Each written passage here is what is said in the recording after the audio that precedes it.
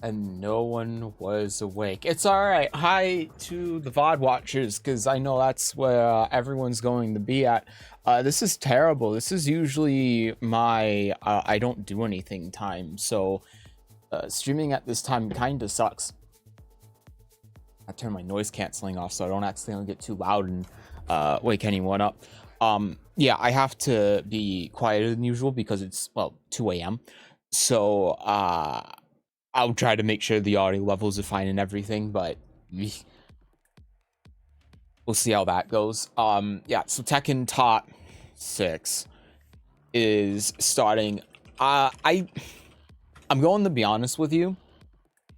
I don't give a shit. And you know, I think most people won't either. But this is different. If this was Tekken 7, I'd be like, fuck this. I'm not going to watch this. I don't care. It's 2 a.m. The game sucks. The balancing sucks, etc., etc., etc. But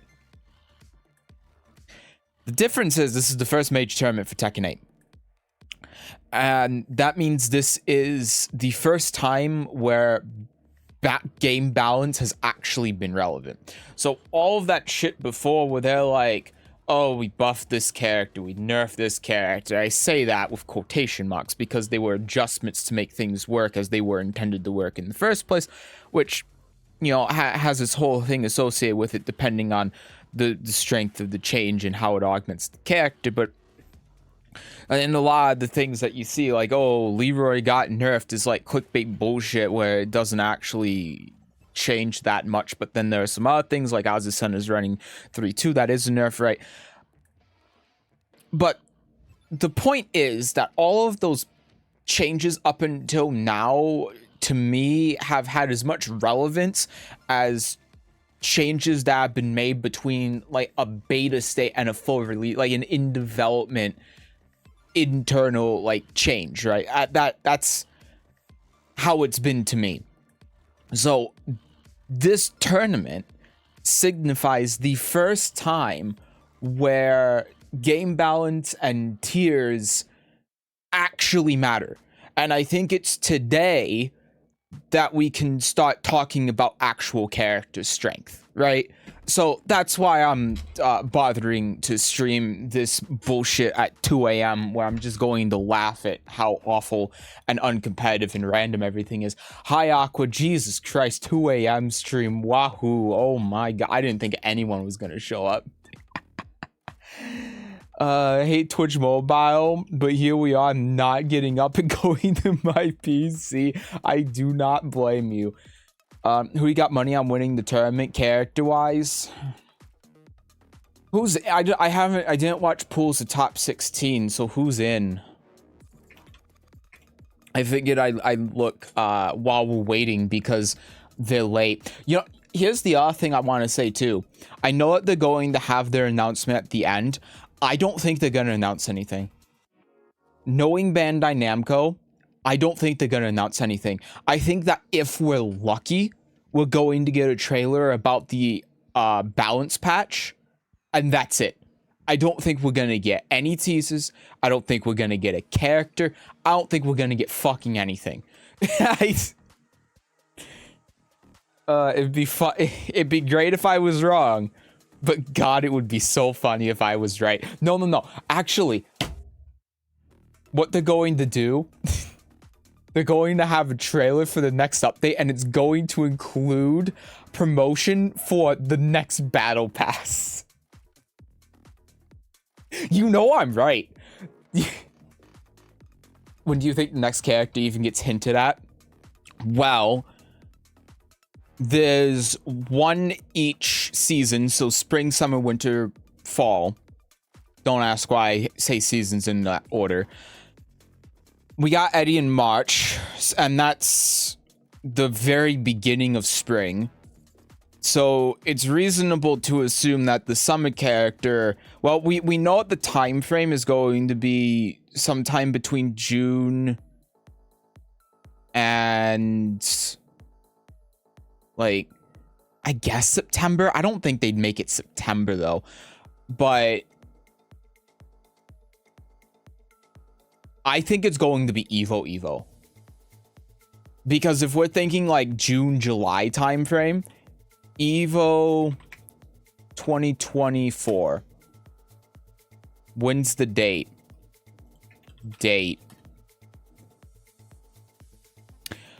Evo 2024 is July 19th to July 21st. So if they want to do a similar thing with Eddie where they say, hey, the character's available in like next week or whatever, and you'll get early access to him in 3 days, that would be the time to do it, and that would be the right time frame. And we know how Bandai Namco is with marketing, so I think it's reasonable that they wouldn't even tease anything here and then just be like, yeah, here's the character at Evo. So that's my guess. So that's why things happening today. Yeah, I think that we're going to get a shitty tournament. I think that it's not going to be fun to watch. I think that Michael Murray and Hara are going to come on stage. I don't think anyone's going to be happy. They're going to show off the new microtransactions and balance patch, and that's going to be it. And then everyone's going to laugh about it.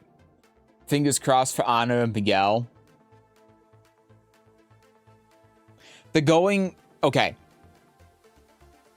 I should have done a video about who I think the season one... Actually, I did do a thing on what the season one... I did it before they announced Eddie, and then they announced Eddie, and I was like, oh, because that's where I said, yeah, what if they bring back Oga? That would actually be cool. But since they brought back Eddie, the season one at least is going to be lame. So, I think Lydia is the most likely one. Because she's just a Tekken 8 character. I think Falkenraum is likely too, but I don't think that they can have two of those characters back to back. And considering what they've said, oh, you know, that's probably the other thing that to do is like the story update. I forgot about that. But considering they said they're going to have an extension to the story whenever it was, I think they said like in the summer. If they said anything, I remember them saying in the summer for some reason. And considering the background we know about Lydia having a role in the story and that being the basis why we thought she was going to be base roster, her being DLC in the summer would make sense. Heck of Bruce, but those are reaches. Yeah, season one is going to be lame. Season one is going to be the safest, lamest, not interesting DLC characters that they can muster to maximize profit. I mean, we've seen that with the microtransactions, the battle pass, all of that. So if they keep oh god, it's this stupid fucking pill thing from last year. Don't tell me they have the damn mascot. I swear to God, I'm going to scream. I'm going to wake up the entire neighborhood. Just based on what they've been doing with like the monetization of the game thus far, they're trying to maximize profits. How do you maximize profits? You get characters like Lydia, who is going to be fresher in people's minds because she was at the end of Tekken 8, and she just is more like a Tekken 8 character. You're gonna get characters like Marduk that are super easy to play and win with, so they can be pay to win, like what we're seeing with Eddie. If you've seen the Jim Mashima's stream, you know exactly what I'm talking about. That shit's hilarious. So it is very vital that everybody here, and then you're probably going to get like a legacy character, like an Armor King or someone, right? Like a character that's not necessarily either of those things, but is a character that a large amount of people would be happy to see. Maybe you could argue that's actually Eddie, but please no Marduk. God, I'm begging. No, because that would be the worst timeline. And Tekken is already going down the worst dark timeline that they can possibly muster. So you know that it's going to be Marduk. There's no other choice. It's Lydia, Marduk, and Armor King. Or, actually, this makes more sense. It's Lydia, Marduk, and a new character. Or a guest character. That's my guess. Lydia, Marduk, and a new or guest character, which I guess a guest character is a new character, and a new character is a guest character, but you know what I mean.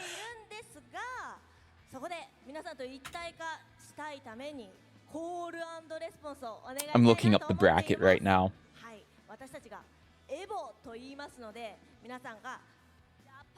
Okay.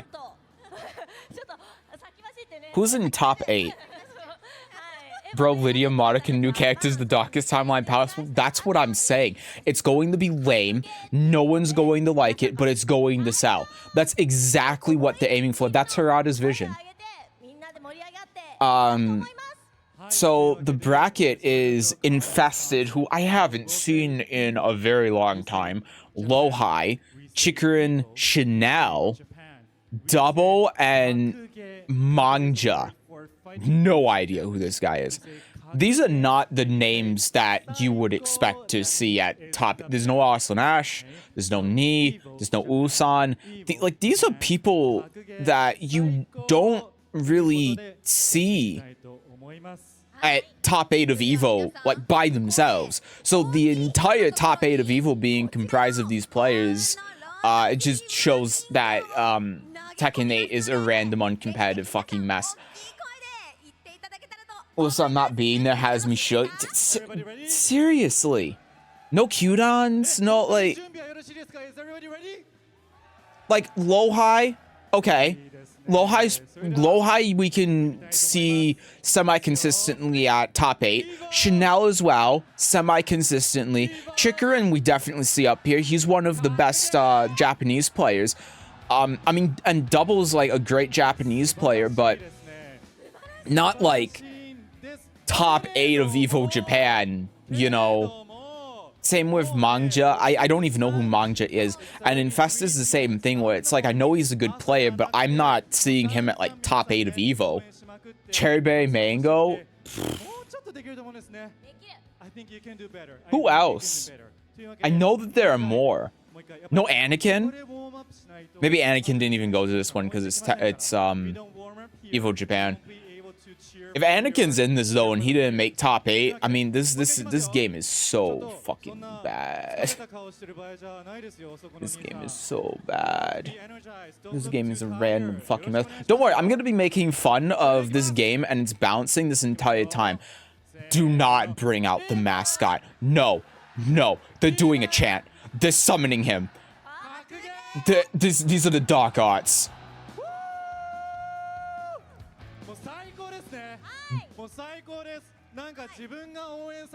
They've all been brainwashed.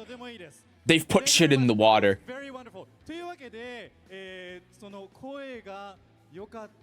Hey man, this game fucking sucks.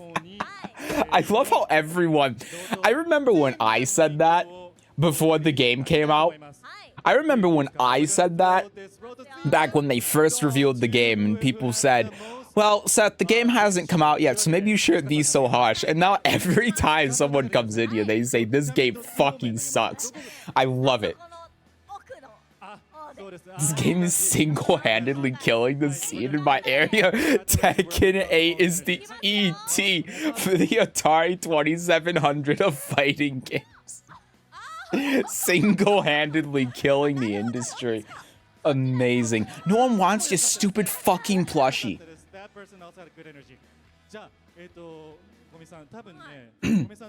Edge I would like to see or shine, but neither I expected.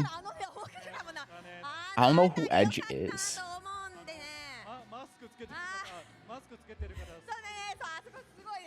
Oh, this game's funny. Yeah, that's the one saving grace about Tekken 8. It's funny.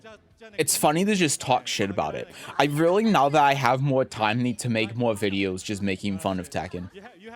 I need to be, like, Frame Whisperer, but, like, put more editing into my videos instead of, like, talking to a still camera for 20 minutes.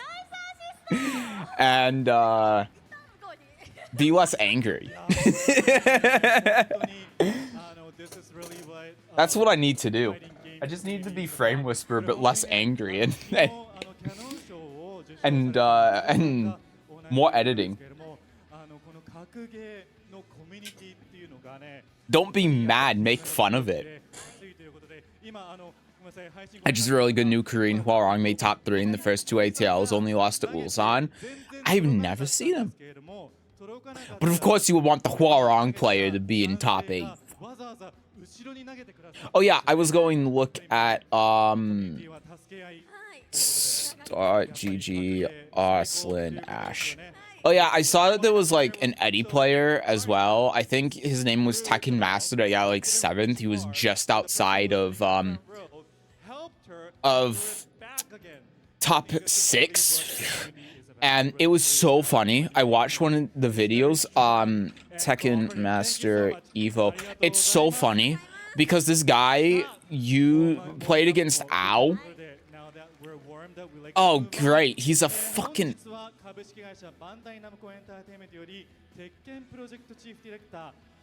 he's a Mortal Kombat player.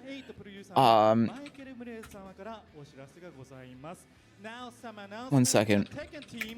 He was playing his out and he was just doing a bunch of like he was mashing 3 and just doing a bunch of shitty highs and like -13 moves that Ao just wasn't punishing, and he won because of it. And Ao just sat there and didn't know what to do. It was so good. I wish that he was in top 6. That would be so easy to talk. Oh, fuck me. Okay, hey everyone on YouTube. Hey, Michael Murray and Harada's on the screen. Listen, it's 2 a.m., so I'm gonna be quiet.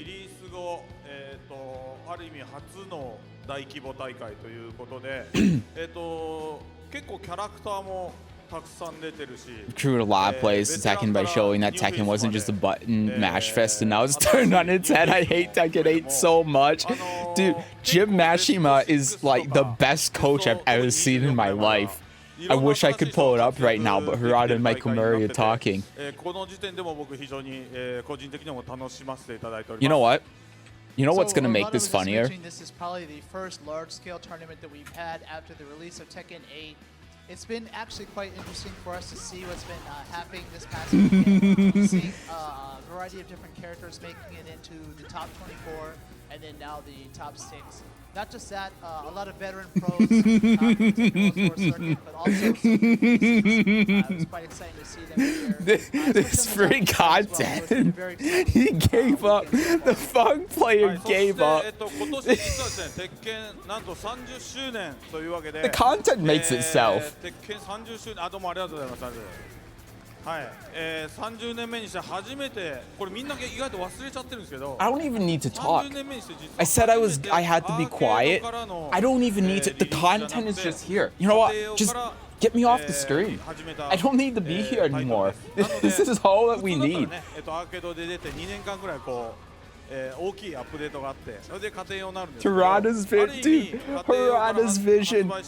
Oh, I love that, how that term has been making the rounds. 形の運営を今続けていますというわけで今後もですね鉄拳8どんどん皆さんと共に新しい形にこう作り上げていくというようなことになりますので皆さんぜひこの30周年一緒に盛り上げてください。よろしくお願いします。This is like when Subway Surfers is in a video. Except it's just funny. And so this is actually the first time in those 30 years that Tekken has made the jump straight to console and PC.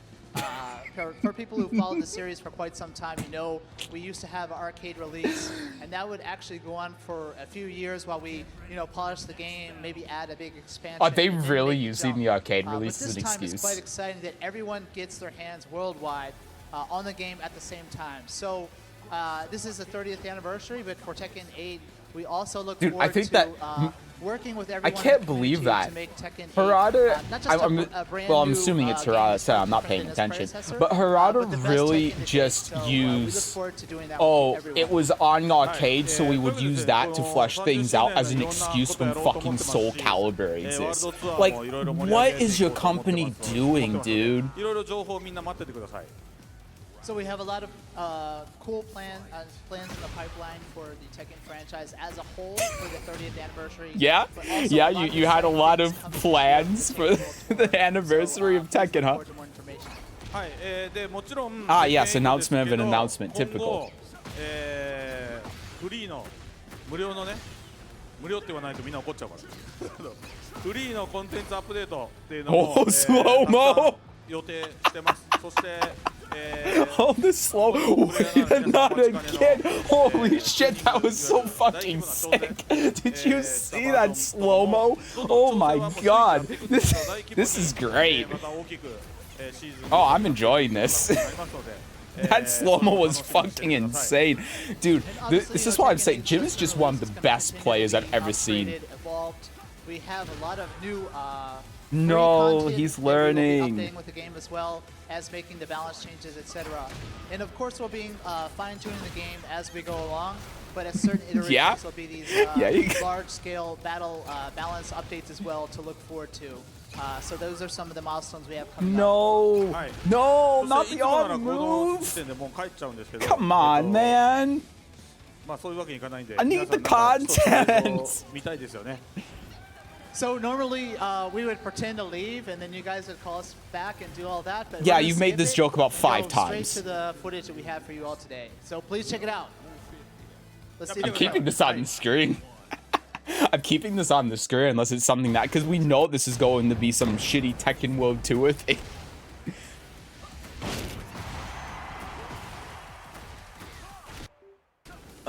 If it's not though, it's going to be so funny on the video. Oh yeah, it's the 30th anniversary. Who gives a shit? Oh, fine. Okay, we'll watch it. Fine. Everyone's like, no, put Jim back on. No. No. I'd rather watch Jim. That's Jim. I know that face anywhere. That's the best player I've ever seen in Tekken 8, Jim Mashima. Oh my god, this game fucking sucks. Free updates. Oh my god, a new stage. Wow, they just ported the fucking Tekken 7 stage into Tekken 8 and said, hey, we got a free stage. Meanwhile, Soul Calibur 6 has been doing this shit for years. Oh wow, photo mode. That's something I can already do with Unreal Engine Unlocker. Why is this in the base game? You can do this with any Unreal game. Oh wow, there's a new chapter. Oh, here's Eddie. He's going to press 3. Look, he's running to the helicopter. He's gotta mash 3. Dude, I'm going to fucking cry. Dude, then they're going to have a thing at the end that's going to say 1 new preset for each character. Oh, fuck this game. Let your fist decide your fate. Eddie hits the 3 button. Oh, I'm not ready. No, I'm ready. I'm ready for it to be over with. Give me Tekken 9. I'm done with this game. This game sucks.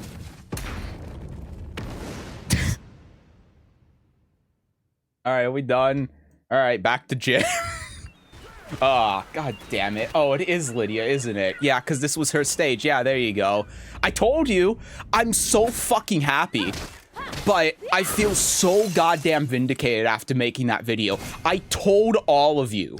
This video is going to be so funny because it's just going to be me talking shit because I didn't know. But I told you. I made that goddamn video about Lydia however months ago. I told you that she was a Tekken 8 character in Tekken 7. They not only put her in Tekken 8 as DLC, but then they ported her damn stage. Even the fucking stage was a Tekken 8 stage put in Tekken 7. It's insane. But I feel so goddamn... I shouldn't say vindicated, because everyone thought I was right. That's why that video got like 50,000 views or whatever it was. But God, I'm happy. And I'm happy to see you back too, because I love Lydia. Oh yeah, okay. I love Lydia though. I was a Lydia main. I'm super excited to play her again. I can't wait to see her trailer. I'm going to play the hell out of her. And you know, the other thing is too, the reason I've only been playing Yoshi is because this game doesn't have defensive mechanics. And Yoshi has the best defensive mechanics in the game. And I feel like that's intentional because you know, the defensive mechanics in Soul Calibur are very strong, and they've tried to make Yoshi like a Soul Calibur character. So instead of having like GI, he has Flash, and he has like the back 3 for the sidestep, and he has Kinsho for parrying to interrupt strings and stuff. So I feel like it's intentional. And Lydia's also a super defensive character that has rushdown and aggression elements, which I think in this game is fun. So not only am I happy to see Lydia back, obviously, because I fucking love Lydia, but also, besides that, I think that her gameplay is just going to bring something to the game that is largely missing, and I think I'm going to have a lot of fun playing her.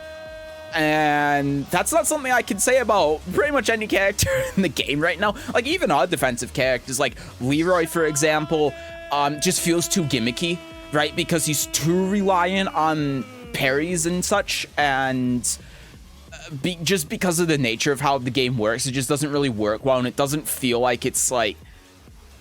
It doesn't feel like it's good enough. It doesn't feel like I get rewarded enough for utilizing that.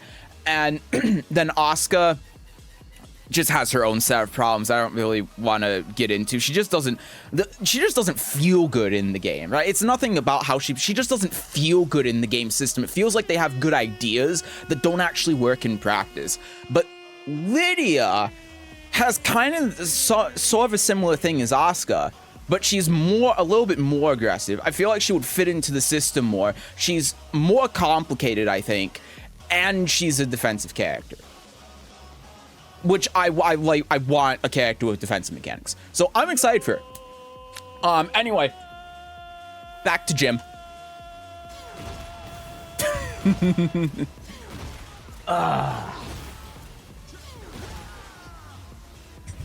I killed Shangwan Maxi. I'm just gonna call you out from now on until you tell me otherwise. Just came on to say I'm happy you got Lydia. I'm going to sleep. Good night. Good night. Thank you for stopping by. Thank you for the congratulations. See, I'm glad someone remembers that Lydia is my secret main. But you know, here's the other thing too. I was right. That means Modic's next. I told you I called my shots not only that Lydia was going to be a DLC character, but she was also going to be the DLC character revealed here if they revealed someone. And they did. So Modic's next.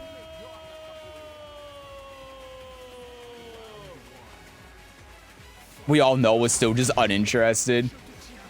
Okay, well fine then. I guess I'm the only one that cares. But when Lydia comes out, I'm going to be playing the hell out of her. I mean, I played Eddie to Fujin because I thought it was funny, and it was funny, don't get me wrong. But Lydia, I'm actually going to learn how to play. Lydia, I'm actually going to, like, get good with. There's a good chance, and I mean this with no exaggeration, as much as I love Elisa, Elisa feels so shitty to play in this game that Lydia could end up just being my, my second main. We would have preferred you to be right about it. Yeah, and that's why I said it, because I wanted to be excited. I was optimistic, and then that optimistic was drained from me as soon as they showed Eddie. And that's why when you saw Eddie get teased, I went... But I'm happy about Lydia. No, I'm super happy. And you know the great thing as well, this is great advertising for me specifically, because that video got so many views, and I noticed an uptick in discussion about Lydia after making that video. I don't know if it's coincidental or not, probably is, but also considering how many views the video got, it actually probably wasn't. As soon as people saw Lydia, they probably thought of that video that I made. I'm telling you, there is literally dozens of people who, as soon as they saw Lydia, thought of me and that video that I made, and that's just great advertising for me. So, so that's great. Elisa's brain dead as hell, and it sucks. Yeah, and she's not even good. That's the thing. I could tolerate how she is if she was like fun or like interesting, but it's like she's not even that good. She just like she has a gimmick that other characters do. Nice. She has a gimmick that other characters just do, but better and more consistently. And the whole way that she's designed is just so brain dead, because it's just, oh, go into DES. That's how you play Elisa. Oh, go into DES. Go into DES and press forward 1. It really feels like you're playing a 2D character. I guess the problem with Elisa too is that Elisa is so bad that you're forced to play her one way. I think that's the problem. I could tolerate the DES stuff if there was like incentives to not use it and you had to pick and choose, like with Yoshi with no sword stance and sword stance, right? Like no sword stance is really good, but there are reasons why you would want to be in sword stance with Yoshi. Well, not only because of the better flash, but because of the different moves you have access to, different matchup situations. But Elisa, nice. Elisa doesn't have that. Right, Elisa is just so bad that you're kind of forced to rely on the strongest aspect of her, which is just going into DES and going, haha, monkey up chainsaw.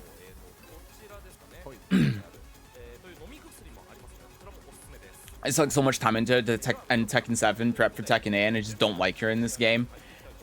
I think the way she's forced to play is good. She doesn't seem bad at all to me. She's not bad, but I don't think she's good. I think she's like mid, high mid. This is a hell of a beat. Isn't just Elisa, every character seems to be unidirectional now. I'd say it's 50-50. Yoshi doesn't feel that way to me. I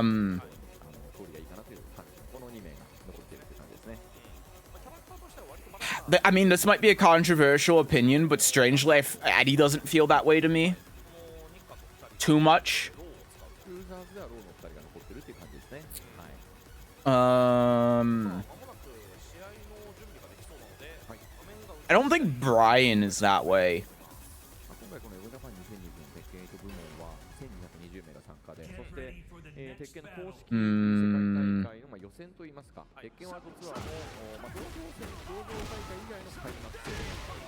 What other characters are in this game?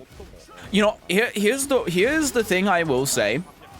None of the top tiers, or all of the top tiers feel unidirectional. Except Yoshi. If you count Yoshi. But I don't know people are counting Yoshi. Just think of all of the top tier characters, and even fucking Quadio feels less unidirectional than like Azucena and Feng. Feng and Azucena feel like they are actually less interesting and more one-dimensional than Quadio is. Eddie doesn't feel like Eddie at all. Yeah, and they said that was intentional. They said they wanted to completely redesign him to make him a rushdown character, which is hilarious to me. Don't get me wrong, Eddie's design is shit. Eddie's design in this game is fucking terrible, and the reason why they did it was to sell DLC, because it meant that you can play like the main man Jim Mishima here and get free wins, right?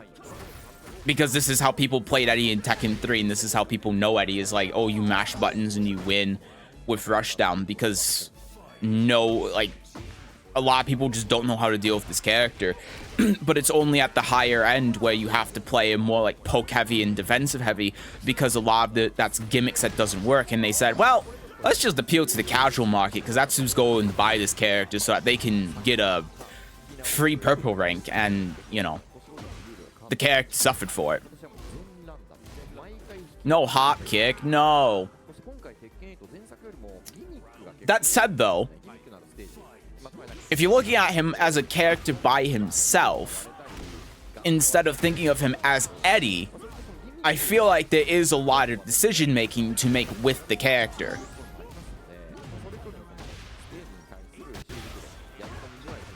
Still not good character design. Lily isn't really that way, but Hwoarang is, ironically. It's sad because I actually like Eddie. Yeah, I agree with you there, because Hwoarang is like... The problem with Hwoarang is that the way that they changed him made it so his stances are like with Flamingo, for example, it's like you do the +5 to continue your pressure, you do the heat engager if you want to do heat engager, or you do the launcher, right? That's That's kind of what you do. And then maybe sometimes you throw in a forward 4 there for the counter hit launcher if you think they're going to press or something. And then maybe you'll throw in like an almond move, but it's not dynamic thinking, right? You're not thinking dynamically, you're just kind of guessing. All right, let's get this out of here. What I dislike about Eddie is that down forward 1 and back 1 are essentially tracking. Like, there's no answer to Eddie's down forward 1. Yeah, it's just a 2D game.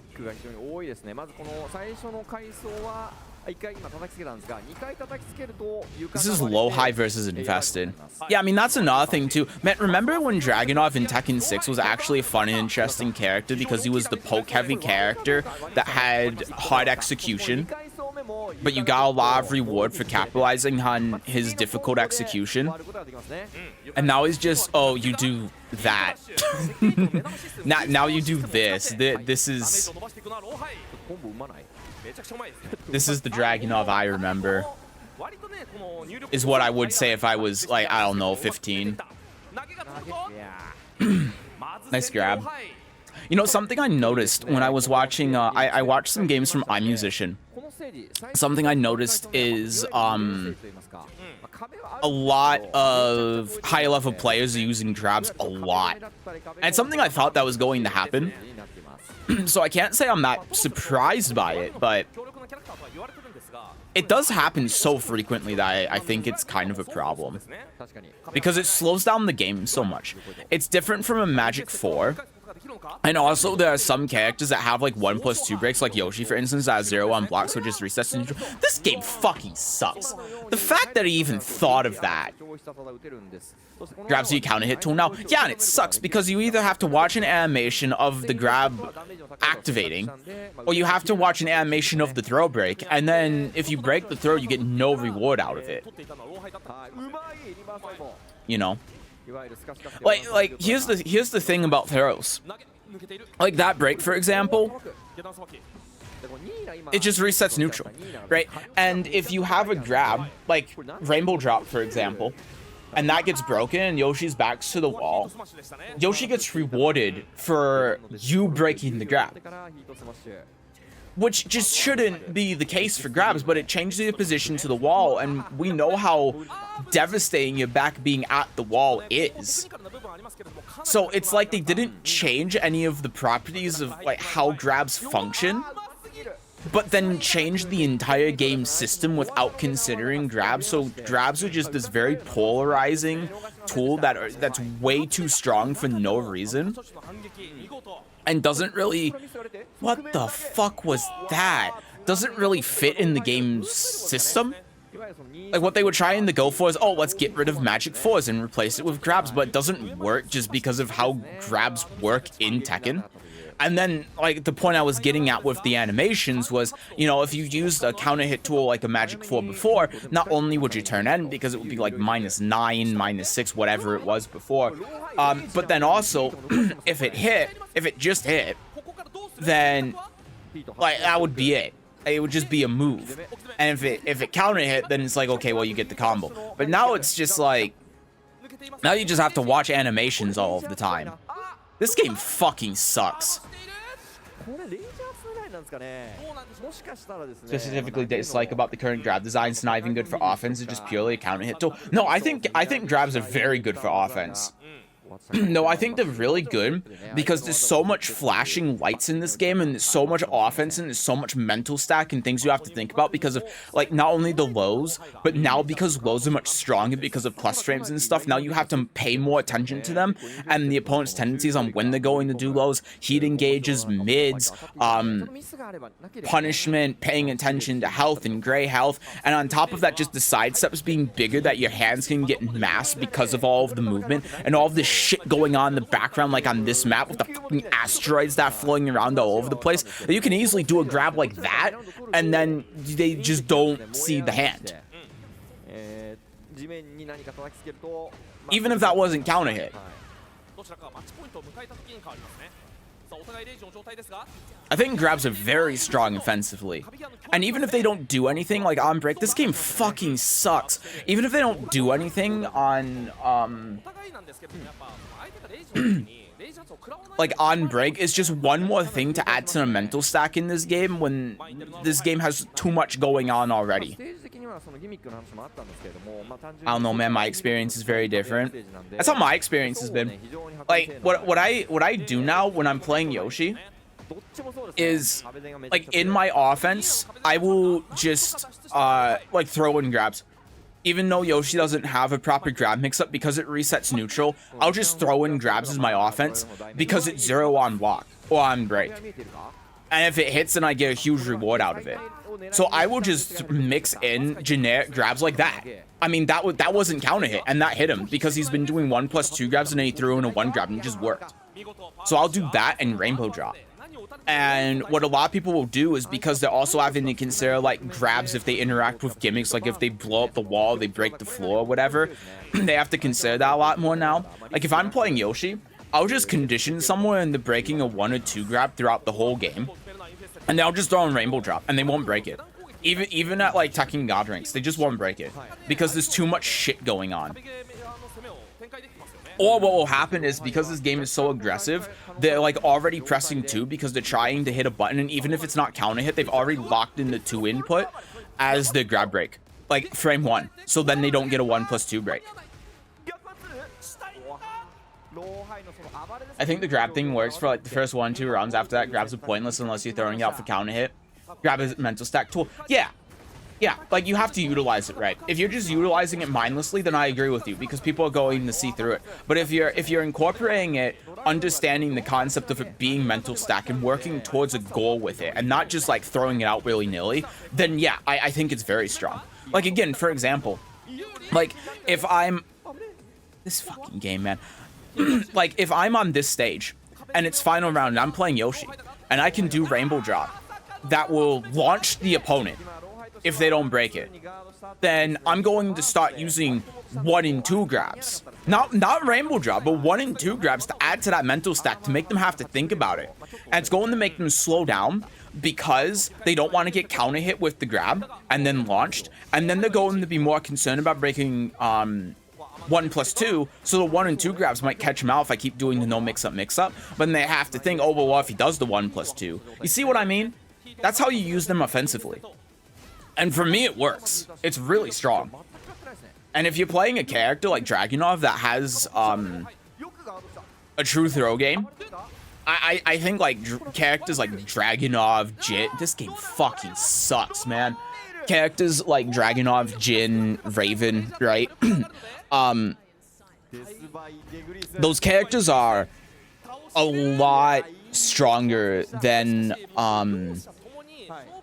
I think people give them credit for because of the throw breaks. I think it's a very underexplored, underutilized thing right now. But I'm seeing more pro players utilizing grabs more often, at least compared to Tekken 7, and from my experience, they're very effective. Everything's way too strong for no reason. You press a button and 9 times out of 10, that was the correct play. Yeah, and it's like, you know, the other thing too with it is, because of the way heat engages work, even if you have good defense, if you defend against something properly, you get punished for it, right? So if you're in a situation with, what's a good example? Like, I guess Paul, for example. Let's just do Paul, because Paul's simple. He does heat engage on you, and you have... Nice block. You have, like, Demo Man Death Fist mix-up. You know, simple. We're just keeping it simple for the sake of simplicity. What the fuck happened to that alpaca? Like, if you know he's going to do Demo Man, then you duck for the Demo Man. If you know he's going to do Death Fist, then you block the Death Fist. But he can just Death Fist into Heat Dash and do it again. So if you can sidestep, you can attack into him, you can't even armor move, you just have to block. And if you have the correct defense and you have the correct read that he's going to do Death Fist and you block it, you're getting punished for it, because not only does he get that mix up again, but then he also gets chip damage on you for blocking it. And then if you try ducking because you think, oh, he's going to Demo Man, now it's just a plus on block launcher. You know, like, things like that just shouldn't, like, you shouldn't get punished for defending properly, you know? You shouldn't get punished for playing the game correctly. That's just one example. I could go. There's so many examples of stuff like that. Anyway, yeah, it's good for the stack tool, but not reliable as an offense tool. You have to do a lot of lows and other shit.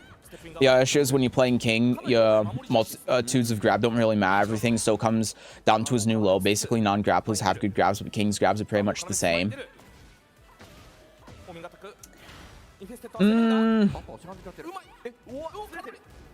I think that's true to an extent.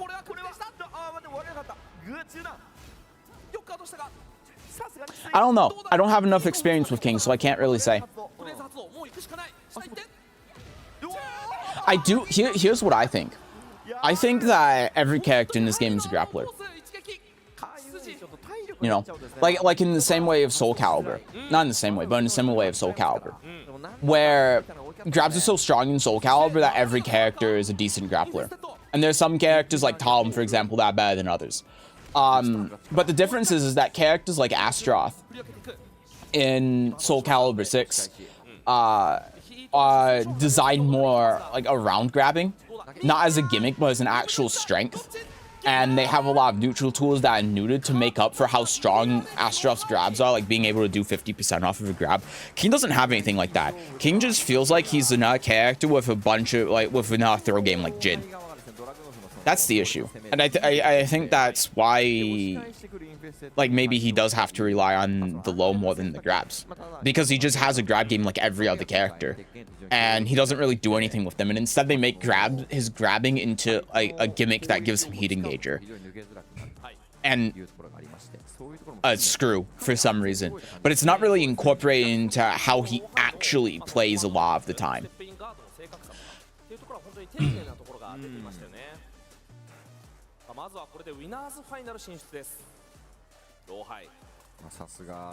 Exactly, King is designed now about grappling, but his grabs are more like gimmicks here. Yeah, I can agree with that for sure. Yeah.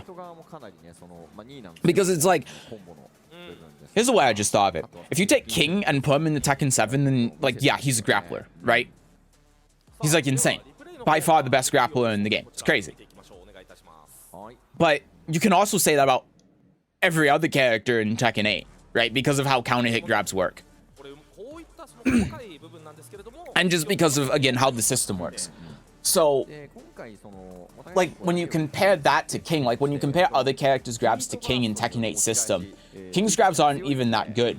In fact, in some ways, against some characters, King's grabs are actually worse. You know?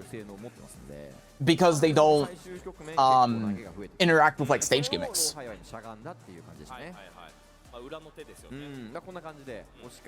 At least not as much. Because with King, you can't just press one button. You know, I guess I worded that poorly. But the difference is that with some characters, like even with, again, we'll just use Yoshimitsu as an example because he's simple. If I do Rainbow Drop, that's just up forward 1+2. If I do any other grab, it's just 1+3 or 2+4.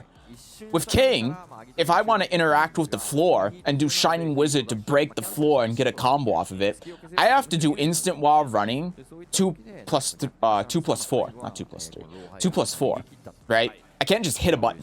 So that makes it harder for me to actually use that as a defensive, like, grab. Same with Giant Swing.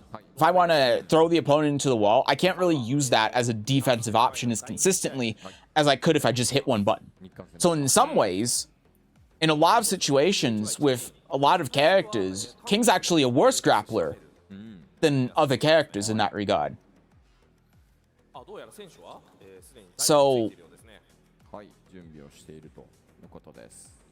what's the moral of the story here? This game is not well designed. That's... Sorry, I need to put Jim back on the screen while we're waiting. My bad. We need the Subway Surfers. Yeah, I mean, it's just another thing in that gets thrown into the hat of how this game is in, like, a poorly designed mess.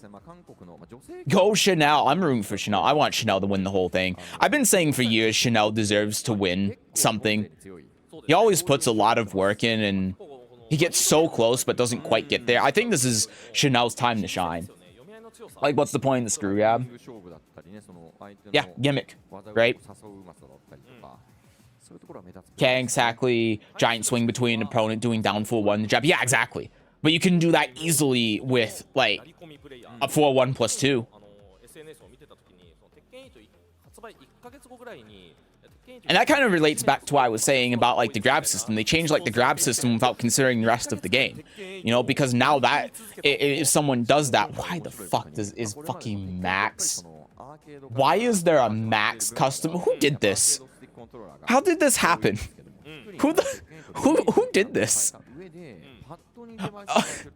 I forgot this wasn't actually. I forgot this wasn't actually Evo, right? That I thought this was the actual Evo game. God damn it. But anyway, yeah, that's why I was saying before with, like, the grab system and them not, like, changing everything. Ah, Jesus, we got Lisa. All right, go Chanel. We're rooting for Chanel. Yeah, so a lot of time armor is pressure, so throwing out a grab at the peak of your pressure never seems like a bad choice. Unless it's ducked, you're not really punished. Yeah, or grabbed. But then that has its whole other set of issues. And that's intentional, though, right? Because that's why grabs are so much more, like, universal and consistent now. The point of them is so that they are the defensive tool with the aggression system. That's the point. Except it doesn't fucking work. Lily, never mind, go Chikrin. This is crazy that we actually have a Lisa and Lily. Crazy how pro level gameplay in this game looks like red to rule rank gameplay. Yeah, and it feels like it too.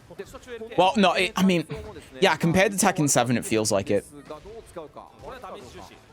Because, like, I know people are like getting really pissed off about people saying, like, oh, well, blue ranks is average, but it really is. Like, blue ranks in Tekken 8 feels like like high red ranks, purple ranks in Tekken 7.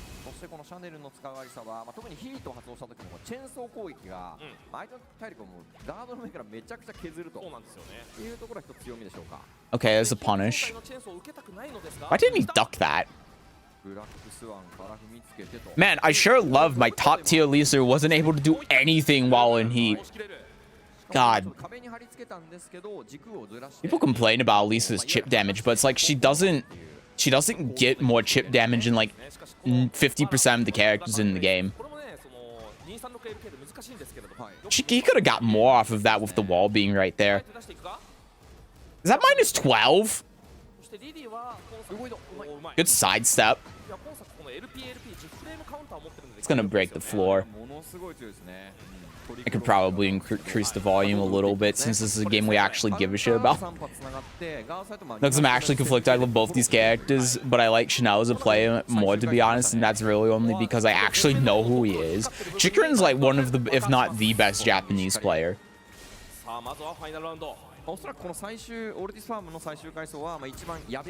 Chikrin's insane. Wasn't Chikrin the one that was saying that Lydia was absolutely broken when she came out in Tekken 7? Chikrin was the person, I think it was Chikrin. It's going to be embarrassing if I was wrong. Jesus, this game fucking sucks. See, this is what I was talking about with the like the defense in this game, right? Because the thing is that if he did the low there as Lily, like that was something that Chanel cannot do anything about, right? If he did the low as Lily, it was going to be a knockdown that just resets to neutral, and he's in a really terrible position. If he blocked the mid, he's going to take the chip damage and be minus anyway. So then he has to guess again.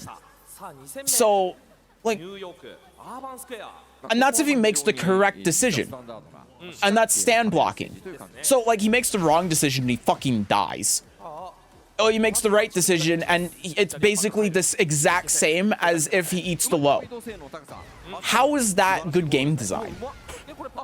Yeah, like, it's not. it's not good game design. That kind of situation should never happen in any fighting game. Like, Chikurin did not deserve to get that mix-up. Chikurin did not deserve that pressure. That's just the Oki that exists in the game for no reason. Absolutely no reason why that should have ever been able to happen in that kind of situation. It's just bad game design. I've heard of him, but I haven't seen a lot of his gameplay. Glad he's on Lily, though. Well, until Lydia comes out. Because he was still playing Lydia after she got nerfed.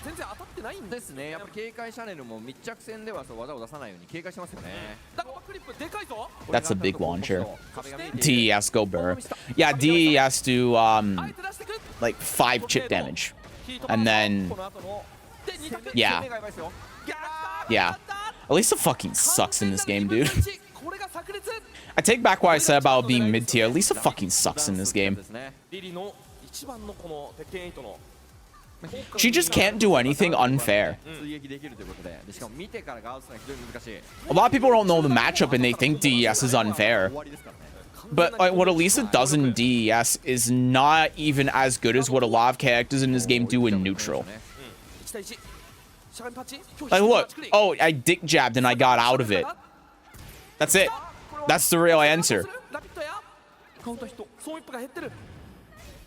Like, against Elisa, you can legitimately just block and be fine, which for like as we saw with that last round isn't the case when you're playing against a lot of characters in this game, just when they're like not doing anything special. Why the fuck didn't that get punished? This fucking game, man.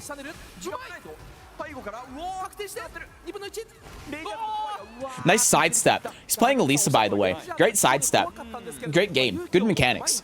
That low really needs to be a plus on hit tracking low. Chanel really deserved to lose that round with his correct read and correct timing.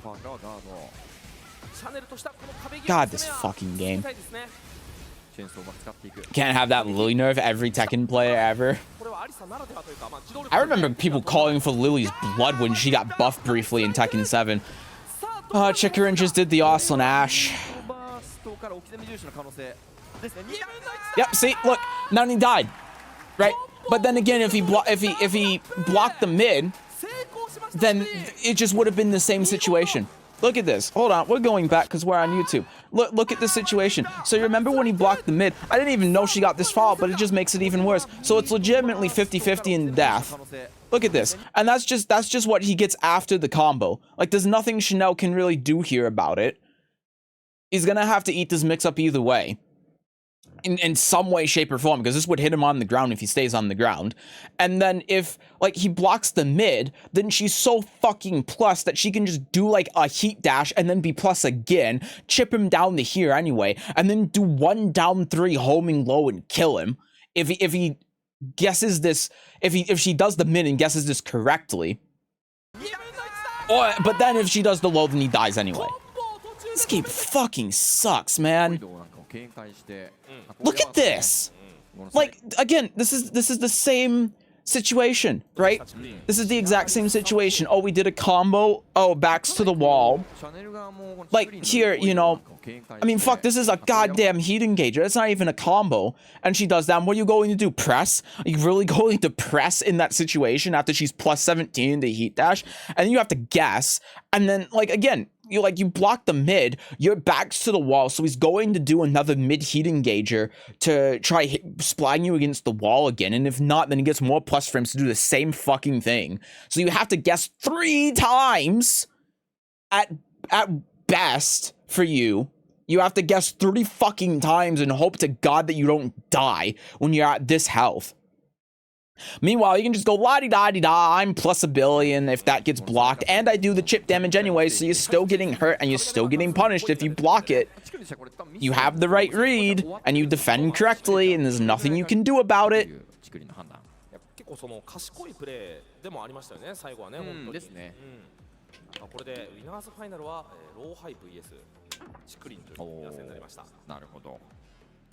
We got the real gameplay right here. I'm making it bigger.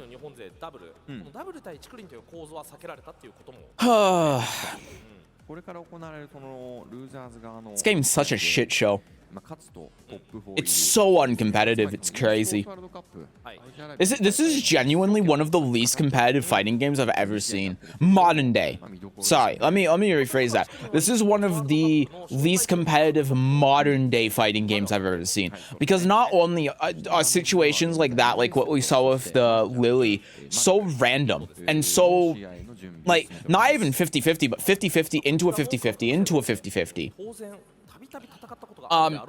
But then you have like unbalanced shit like, you know, like how grabs function. And then on top of that, stage select is random and tiers change so wildly in this game based on what stage that you're on that you just cannot, like, it's legitimately a slot machine. I know that that's like a joke a lot of the time, like, oh, the Tekken 8, oh, it's a slot machine because funny heat engager go burr. But like genuinely the real slot machine in tournament play is the fact you have to pick random stage, because a stage like this for like Yoshimitsu, for example, like if you're on a stage with a floor break, that would kill. Like if you're on Deciding Subconsciousness, that would just do 50% and then give Yoshioki, right? If you were on the Azucena stage and you did the balcony break and you had a floor break, again 50% into Oki at the Tiki Idol, where Yoshimitsu can go in the heat and then do forward 1+2 into heat dash into like forward 4 or something to give you a 3 50-50s to try breaking the wall that would just kill you if you guessed wrong. On top of him being able to do like down back 1 or something, right? As opposed to like the bulk stage where he can't do that kind of stuff. That's what I mean with like character tiers change so much based on stage. So the fact that you have to pick random means it's like it's bad way to put it. It means that it's a complete gamble if your character is going to be like S tier or B tier. It's completely random. Like you could have one stage where your character's S tier and your opponent character's A tier, and then like you win the game, and then the next game a random stage gets selected. You get Descent Subconsciousness, and all of a sudden your character's B tier and their character's like S+ tier. And then you lose, and then you have to pick random again. And then you get like Descent Subconsciousness again. It's like, okay, well now I guess I'll just lose. You can't. It's just absurd. And it means that actually picking your character means so much less for, like, say, counter pick. Like, obviously there are counter picks, right? Like, I can pick Yoshi in this game, and Yoshi is a really strong counter pick to Jin, right? Yoshi's a really strong counter pick to Xiao. I think that's a better example because she's more considered top 10. But outside of those kind of situations, the stage pick is going to matter much more than your character pick, and stage pick is random. So it like incentivizes you to just pick one character that has an even split among the stages and just stick with them and not change character.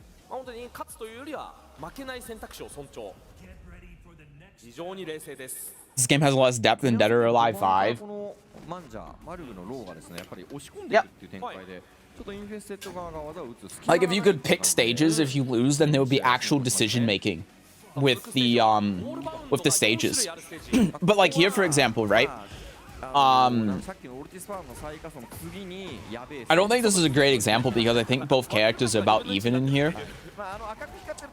But just as an example, like Nina has like her armor move that when Law's back is to the wall will just explode the wall and do 50%. And Law doesn't have that, you know. This game fucking sucks. You notice how like all of the pro players are just throwing out random rage drop because it's so good in this game because of the aggression. I've been doing this shit for months. I've been telling you that it works. I guess both of them have it. Yeah.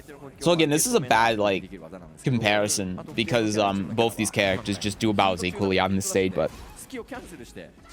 well, he's playing more like King used to in Tekken 7. I might switch. That's really sad. I hate playing Lily on Coliseum. It does work and I hate it. See, and I love playing on Coliseum because I don't like dealing with all of the gimmicks because I think that they feel like shit. And they make the game more random. And it feeds into that same problem of like shit like that where you have good defense and you get punished for it anyway because like what do you do as law in this situation, you know? You can't do anything. You have to guess and hope. Although I think he should be throwing out grab launches more. But like this stuff isn't fun to watch because it's just random. You know, he has to just guess with his 10-frame counter hit that she's not going to do one in the down forward one and get frame advantage and then do some big plus on block move and not do an armor move and kill him. So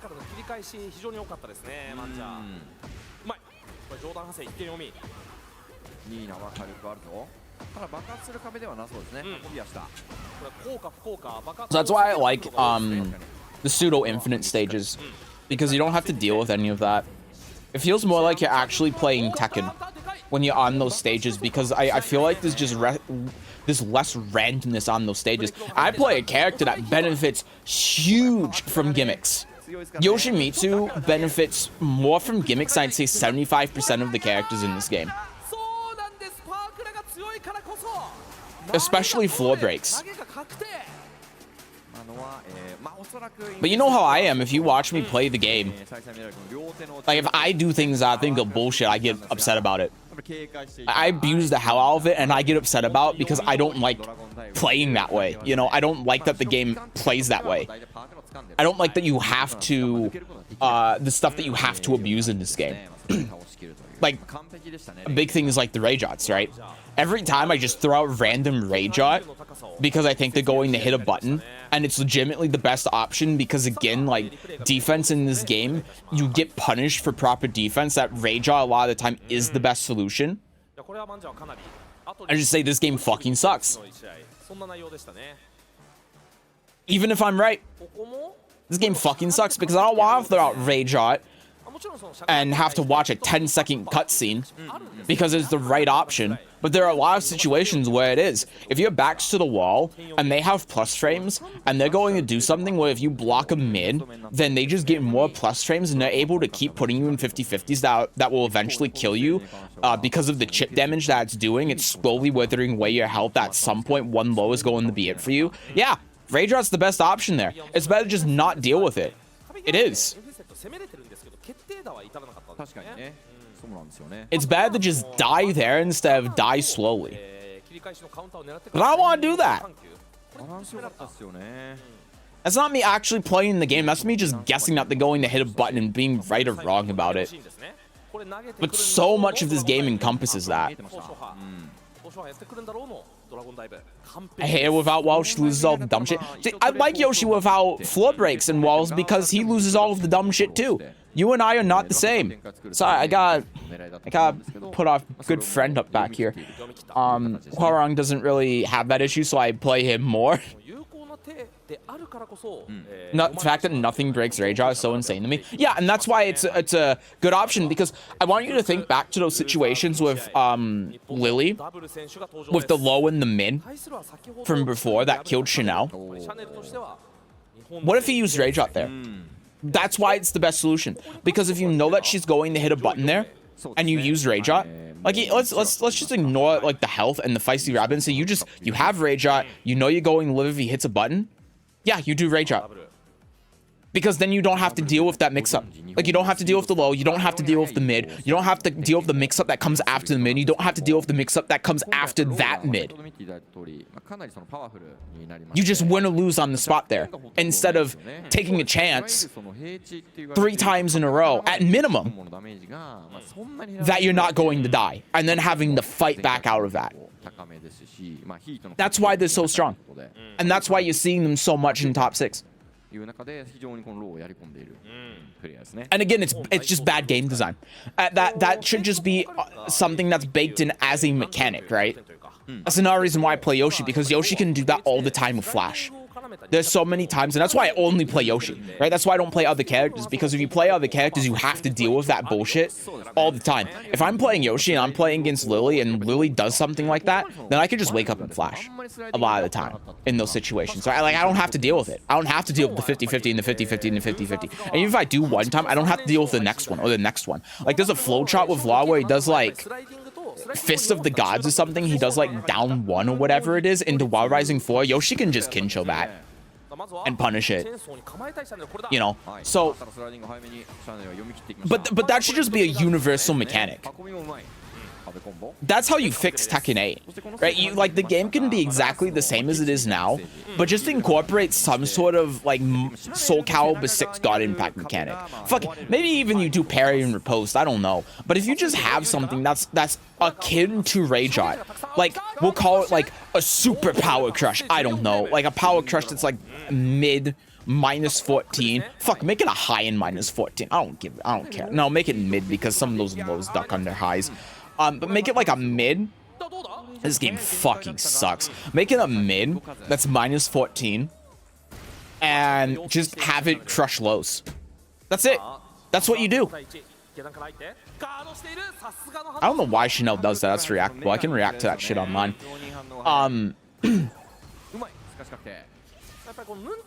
That would fix this entire game. Just add like a Rage Art that's not a Rage Art. Okay, it won't fix this entire game, but it would fix a lot. Anyway, say you both poked, exchange, and now it's say 60% health, and you get a mini combo. Opponent's down 30% plus rage. Opponent activates heat. What then is the best strategic move for me here is just a casino at that point, because you can't attack because of rage and can't defend because of heat. Like, the game is strategically incoherent. Yeah. And then also, like, here's the other thing to consider too. Both at 60%, you get a mini combo, now down 30% plus rage, and then they wake up, and then they block something, you -9, and they have a ton of gray health, and they can have Rage Art, but then if they hit a heat engager, so if you duck and they throw out a mid, then they regain all of that health. So, and then they're also in a situation where they have Rage, and their plus is hell, and they can do heat dash. So it's like, do you duck there ever? Because if you duck, because you think they're going to do a low, and you get hit with a heat engager, now they've regained all of that gray health back, so now they're back up to like 50%. You're down to 50%, 40%. They do a heat dash immediately. If you block it, then you get chipped down into rage. Or maybe you're just above rage, depending on like how the health is. And like, they have access to Rage Art, so they get a full combo, and they do Rage Art, so now they get rid of all of your gray health, and now you have to fight back from that position. And even if you block it, then they just get another 50-50 while having Rage, and then if you duck up, they do Hop Kick after that, you know, and then it's the same situation. But then they can do low and start chipping your health away, because they've already done 2 things that does chip damage. Now your health's down to 40%. And then if you try retaliating, then they grab you. And they get counter hit grab. So what do you do? What do you do? What do you do in that situation? Like, your opponent's now in rage, and now they're just winning because they have access to heat still, and they can just hit you with 1 heat engager and they'll get all of their health back, and now you're at a huge disadvantage, and you can't recover from that because of the momentum they've built solely because they went into rage first, and they had gray health, and there's no counterplay to heat engages at all. So even if you start defending against like that, for example, this is the exact situation I'm talking about. Yeah, now look. I didn't get it. But you see, but like, what could have happened there if Chanel was able to fish out a like, at least the bad example, because her heat engages are bad. This is why Elise is a bad character. But like, if in that exact situation, if Chanel had fished out a heat engager, that's the exact situation I was just talking about, right? And then what would Double have had to deal with? All of the chip damage, Elisa back at her health, the Rage Art to get rid of it. Rage Art also stops Double from being able to be aggressive because Elisa can just Rage Art. そしてオルティスファーム2階層。ここは床割れですね。 Like, ローもですね、両パ decision making in this game doesn't make any sense. 確かに。 It's such a badly designed で割れ game. るとね、狙いやすいんで。 I had more I could keep going on about there 壁 too. が見えてるんじゃないか。あー、この数。 I had more I could talk about. I forgot it because that situation just came up and I wanted to talk about it. But there's more we can talk about. やべえぞやべえぞ。前面の壁が爆発するステージ。ジャブからアッパー。 Oh yeah, it was about counterplay. Yeah, because there's no counterplay to heating gauges. 投げ抜けて。 Like, what happens if you block it? What happens if you consider that whole situation and you actually defend against heating engager properly? あ、割る。やべえ。 Oh, well, they just do another one. さらにコンボを伸ばします。 That's not something that should ever be the case in Tekken, right? But that's how it is. Oh yeah, you just do another one. This doesn't work. That works? What the fuck? だが倒しきればしないでしょう。 But yeah, they just do another one. There's no counterplay. しています。時間もないですね。スライディングがあるぞ。シャガミパッチ。うわ一瞬しゃがみトゥースマン。はい。おおよその選択肢に勝てる。いいファジーガード。これは反撃がある。見逃さない。 Okay. で、 I don't know why Chanel does that either because the high's reactable. The high's super reactable. I don't know why you would do. Well, I guess because you don't want to get launched. But why would you throw it out as a poke? ずっと有利。 Oh, because Elisa sucks. Yeah, that's right. Yeah, because Elisa doesn't just have a free mid-heating gauge that she can throw out in this game. I guess she has 1+2, but it's too slow. That's why Elisa sucks in this game. Not only is like her heat gimmick just what every other character in this game can do, but requires too much setup for this game. And it's easier for her to get knocked out of DS because of the aggression in this game. And her heating gauges are some of the worst in the game. And her heat smash sucks. ということは、 So I'm gonna have to get off. Be back in a while. Alright, well, thanks for stopping by. Hope you have a good rest of your day. I think it's day over there. 4位以上確定。 Have a good rest of your day. チェーンソーで削るのはまずシャネル。 Decision making equals roll sevens. Just get Coda. Yeah, just get Coda. Smile. 潜る形。 But this is again what I'm talking about, where it's like this game needs some sort of universal defensive mechanic. They try making that armor, and armor just doesn't work. 追撃。 And so all of the decision making in this game is just like horrid. ハイキック、横移動を警戒する動きです。 This is really coming into a just chatting stream about why this game sucks, huh? I would make this into a video, but I feel like it's just too long. I feel like there's a lot of good stuff to talk about in a video, but it's just too long. That's the problem, right? Like I could compile all of this into a video. I don't even think I'd have to do any editing because there's barely been any pausing. It's just been me talking shit this whole time. But it's so long-winded because there's so many problems with this game that I don't think I could compile it into a video. If I did, I would have to cut a lot of stuff out. かなりありますね。 Like, that's one of the issues I'm having with Tekken 8. Is this game has so many problems. Yeah, good luck with the guess, idiot. This game has so many problems that like I want to make a video on it, but I don't even know where to start because I can't. There's so many problems that I can't make a video about all of the problems. I've tried, and it's like an hour long, and that's just gameplay. I've also tried. This isn't 1080p. I've also, like, because there are other problems with the game as well, like with the microtransactions and Eddie being paid to win, like literally because you paid to get early access to him and stuff like that.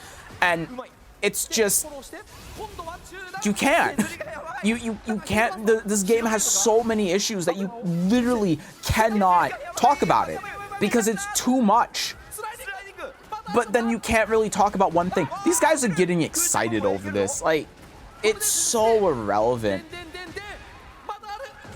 And then on top of that, every time, I mean this with no exaggeration, that wasn't even exciting. Like, that comeback wasn't even exciting because it was just a bunch of guesses. It's like there was no decision making. I mean, I guess there was decision making, but there was no like neutral game. There was no interesting decision making.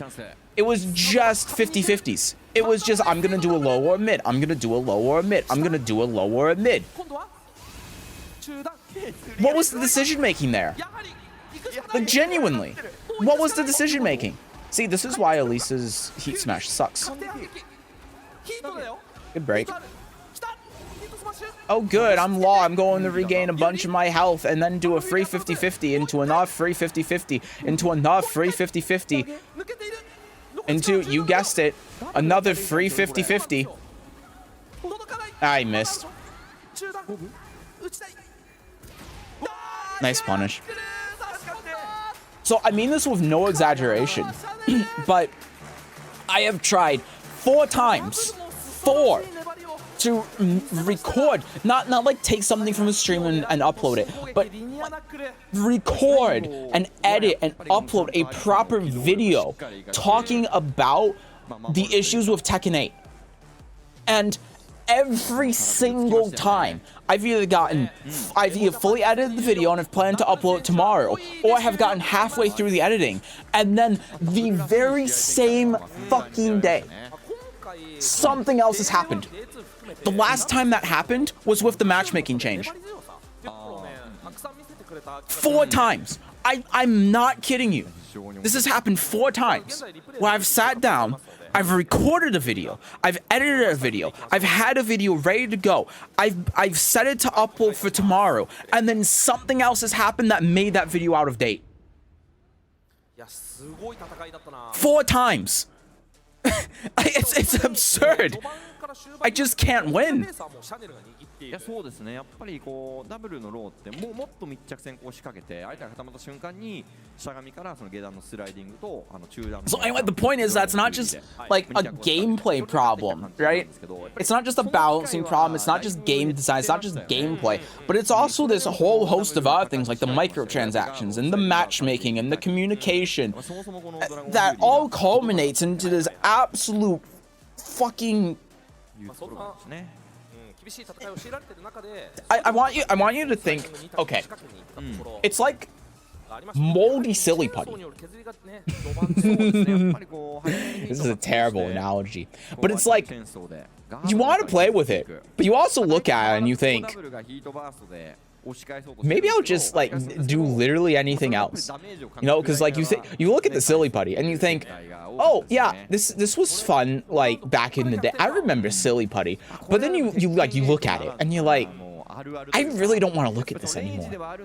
And then because it's moldy, it just keeps getting worse. This was actually a great analogy. I didn't think of this whole thing when I first said it, but this is actually a great analogy. But it just keeps getting worse, and it keeps getting worse, and it keeps getting worse over time. And it's very quickly getting more and more worse. And you're surprised at just how quickly it's getting worse. And you're like, I really need to get rid of it. This is bad. This is irredeemable. Moldy silly putty is insane. But it works, right? It works. That was just something off the top of my head. I'm a genius. It was just somewhere in my mind that's thought that came to me, and as I started talking, it made sense. My brain, the way that my brain works is no scientist can understand it. But that's how Tekken 8 is. It's like you look at it and you want to talk about it and you want to say like, oh, this sucks, and then all of a sudden it's gotten worse. So it's like you talk to your friends about it and you say, oh yeah, so there was this like silly putty that I had, and blah blah blah blah blah. And then it's like you look back at it and then immediately it's worse. And you're like, what the fuck? How did that happen? And then you want to talk about it. And then you look back at it and it's worse. And then you let it sit for a bit. And you look at it and you come up with like an explanation for this timeline and what's happened. And you're like, okay. And then you go to talk about it, and then you look back, and then it's worse. Like, what the fuck? How did... And then the Silly Putty Corporation goes on Twitter and says, hey, so we know this was like this batch that was bad, and we fixed it. And you're like, okay. And then you go and look at it, and nothing's changed. And you, what the fuck? But you said you fixed it.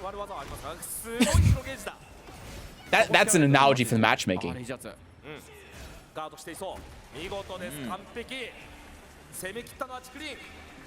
God, dude, don't you love how Lily was able to do that into a heat dash? So even though Lowhigh guessed correctly, his only option was Rage Art because he literally had to eat enough 50-50, and he took so much chip damage that the low would have killed him, so it was just a guess. なので、God, man. その飛び蹴り、ガサダの飛び蹴りが打ちやすい。 You just can't win with this game. I said this at the beginning, but this game is so imbalanced and so badly designed. The last time, it is the worst designed modern fighting game I've ever seen, I think.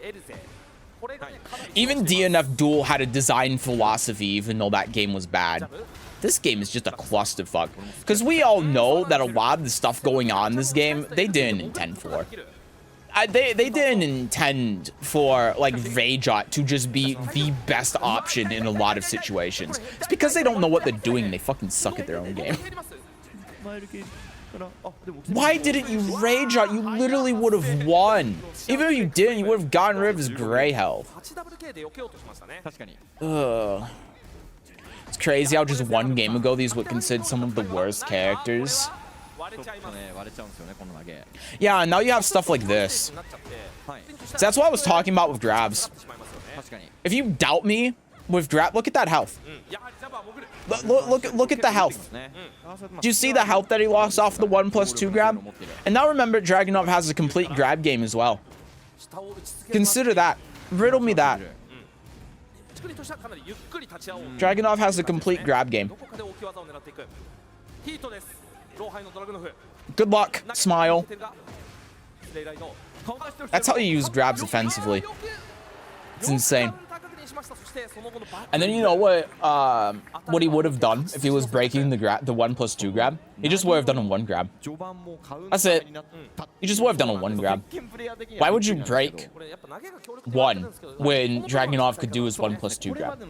I know this was the case in other games. Don't get me wrong. But because of how aggressive this game is, and because of the threat of counter hit grabs, and because of the mental stack, it makes him stronger. Oh, good. Great. So, yeah. Who's playing Dragunov? Anyway, he just won. Because of the random stage. Lowhigh? Yeah, Lowhigh just won this one. Because of the stage. Because you know what Dragunov can do? Dragunov can get a combo off of his grab on this stage. Yeah, he does that. That gives him full combo. Lily can't do that. So Dragunov on this stage is just so much stronger than Lily. What does Dragunov not have?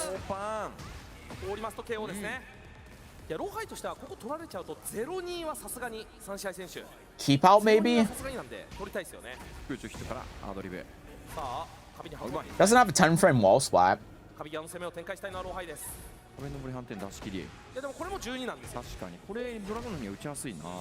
That's fucking homing. Of course it is.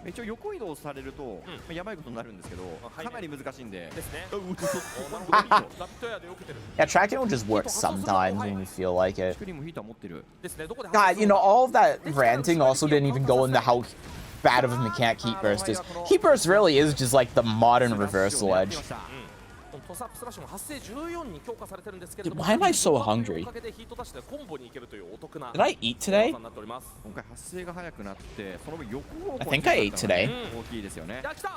Alright, well.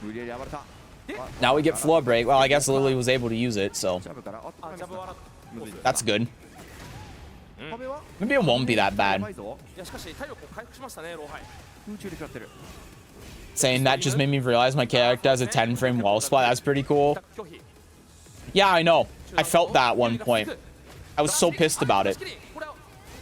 I got TOD'd on the Azu Center stage downstairs because Lily did a 10 frame punish on me and exploded the Tiki doll, and it did 70% of my health because I think she did like, I don't know, like fucking whole heat thing after it, and then she just did the feisty rabbit mix up and then I died. It was essentially a TLD off of a 10 frame punish. その技術だったり、コマンドテクニックだったり知識だったりっていうのがパーフェクトなプレイヤーっていうのは結構いるんですけど、同時に嵐行為もできるっていう。そうですね。そこのバランスがもう本当に優れてる。Dragunov doesn't have a 12 frame wall spot either, right? No, he has 13 or 14 frame punches that he engaged. I think it's 14, but low. Okay. でしかもなんかそ Nice この combo 終わるとステージが移動するというちょっと特殊なギミックを持っているステージになってますね。東京以下では割った後に、その先の壁にも行 Yeah, I guess dick jab is an option. わー出たなぜか Why the fuck? I didn't even know he could do that. Why can he do that? 最大反撃ですね。 Lily with walls is the sauce. でどんどんわらからの2 Just wait until she breaks the throw against Dragunov. God, I fucking love this game, dude. If he blocked that, that would have been a heat dash, and then he would have been in the corner, and then Lily would have done chip damage, which would have put him in range to die to the low, so she could have just done down 3, and if Dragunov blocked it, what the fuck was he going to do about it? The shoulder? Who cares? Oh yeah, look at the chip damage. Look at me do chip. Oh, I fucking love chip. Oh, look at me do a combo. Murray will remember that. Guaranteed follow-up. Very fun. Yeah, because that was intended. That's why they nerfed it. Nice step duck.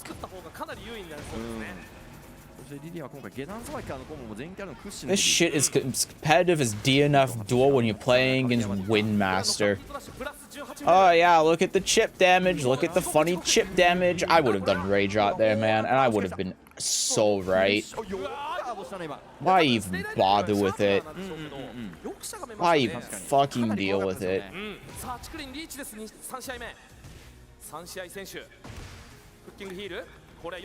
I mean, that was a great parry. That was cool. I need to see these patch notes, man. That's the only reason I'm still here.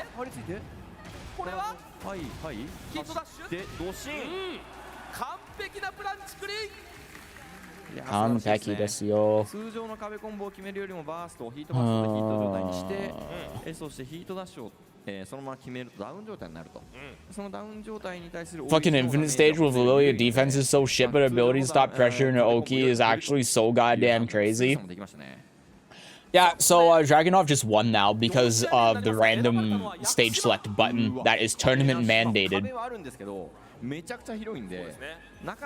Sorry, Aqua. Oh, welcome back. That was quicker than I thought it'd be.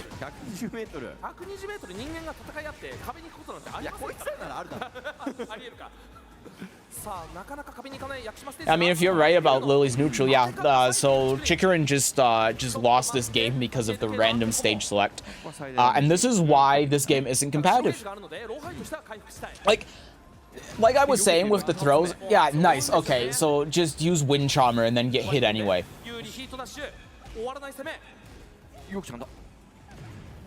This is what I was saying before, like with throws, because like the stages are the exact same, and you can see that with how stages random select, even though it's one of the most important things. This game fucking sucks. Because they said, okay, let's do these things with the stages, but not even consider balance, and then they went, oh fuck, let's just make it random in tournament, because we didn't consider that. And now it leads to situations like this.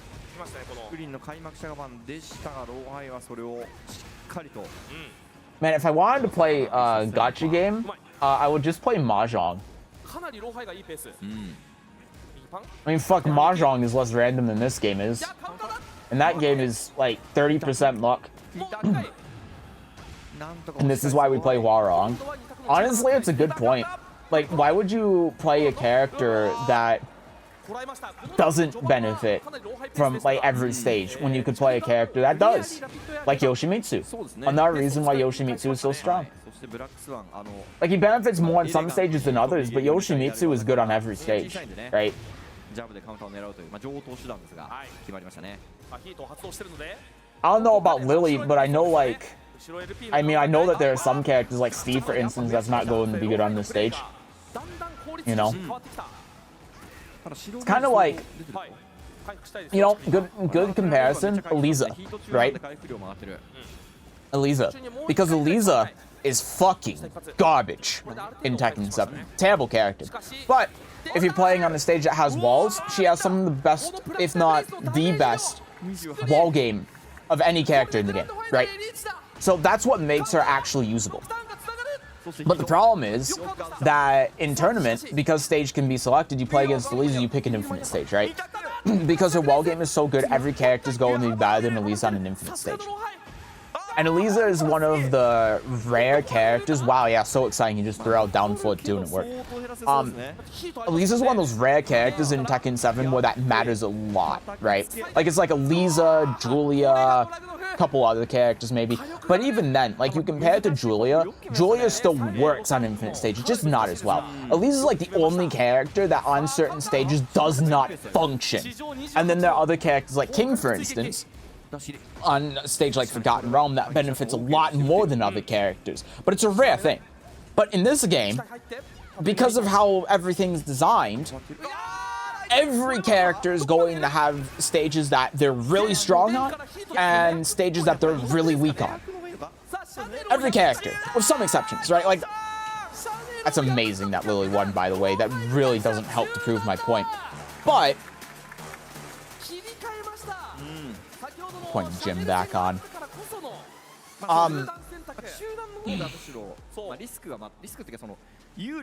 But it's a lot more exaggerated in this game because of the aggression and the wall gimmicks and how characters have changed in a way that, like, while it was present, wasn't there with every character. And it's just not balancing consideration that they made.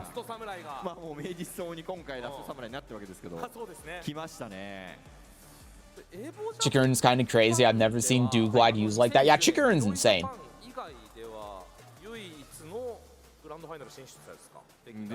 Chikurin really has a good chance of winning the whole thing.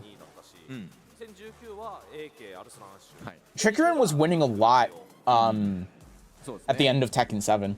I think he might have been winning more at the beginning as well. I don't remember. But I know at the end he was winning a lot of stuff. He was like a sleeper top level player, you know.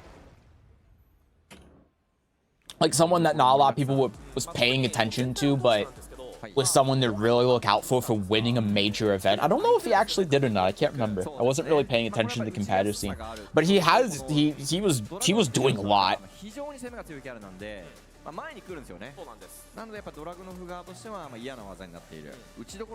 Yeah, why is random stage select a thing? Because they couldn't be bothered to balance it. Like, you should still be able to pick the stage. It makes no sense why it's random. That just makes it so unviable. I do think that if you were able to pick stages, it would make some characters just like SSS tier and some characters unviable, to be fair. But yeah, you should be able to pick stage. I mean, it's just another thing in this long list of things that is like a sign of terrible game design, right? If you have to make stage select random, like you can't pick a stage because the stages make characters too strong. Because that's the only logical explanation, and we know that's the case anyway, even if that's not intentional. That's just a sign of bad game design. Like, it's...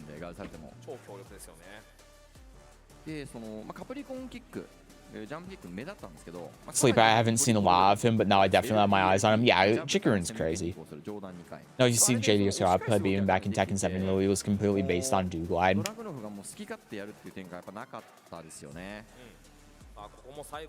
I think it was, I don't know, dude. I don't know Lily. I can't really talk about Lily at all.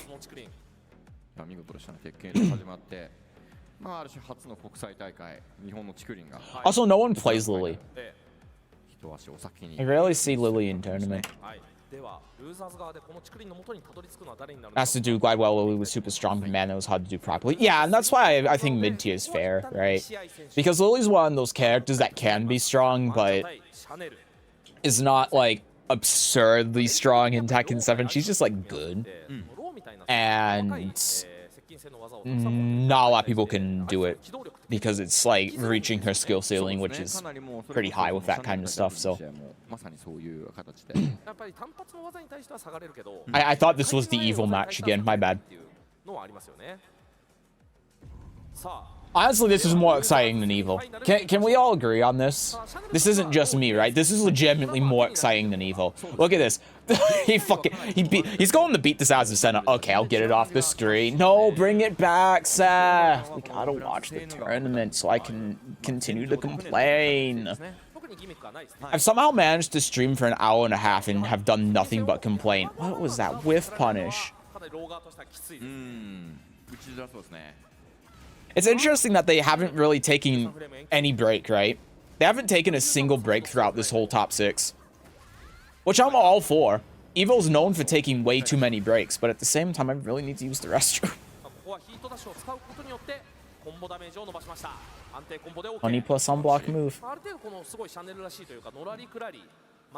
When we get to like losers finals and grand finals, I'll actually like talk more about what's going on the screen. But right now, I think it's more interesting to just talk about the state of the game than to talk about what's actually happening on the screen, because there's nothing interesting happening on the screen. I've been watching. I've been legitimately watching as I've been talking for most of it. I mean, some of it I've tuned out, but this entire top 6 has just been boring. There's been nothing going on that's even remotely interesting, just because of how many situations are completely random.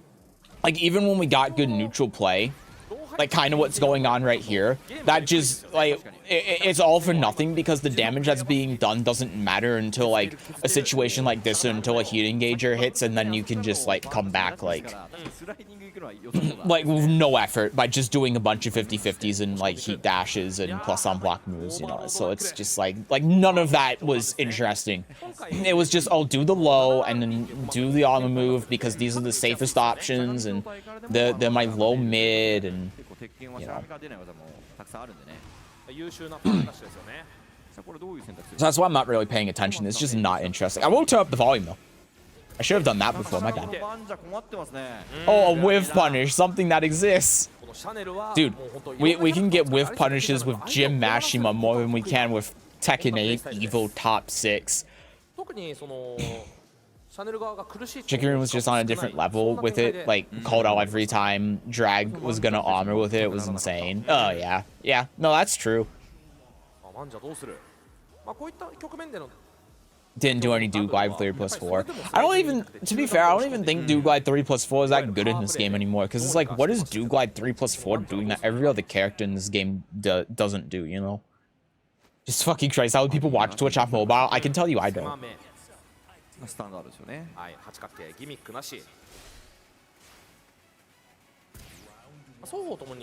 Doing the sidestep cancel is pain. It really is. I tried it for a...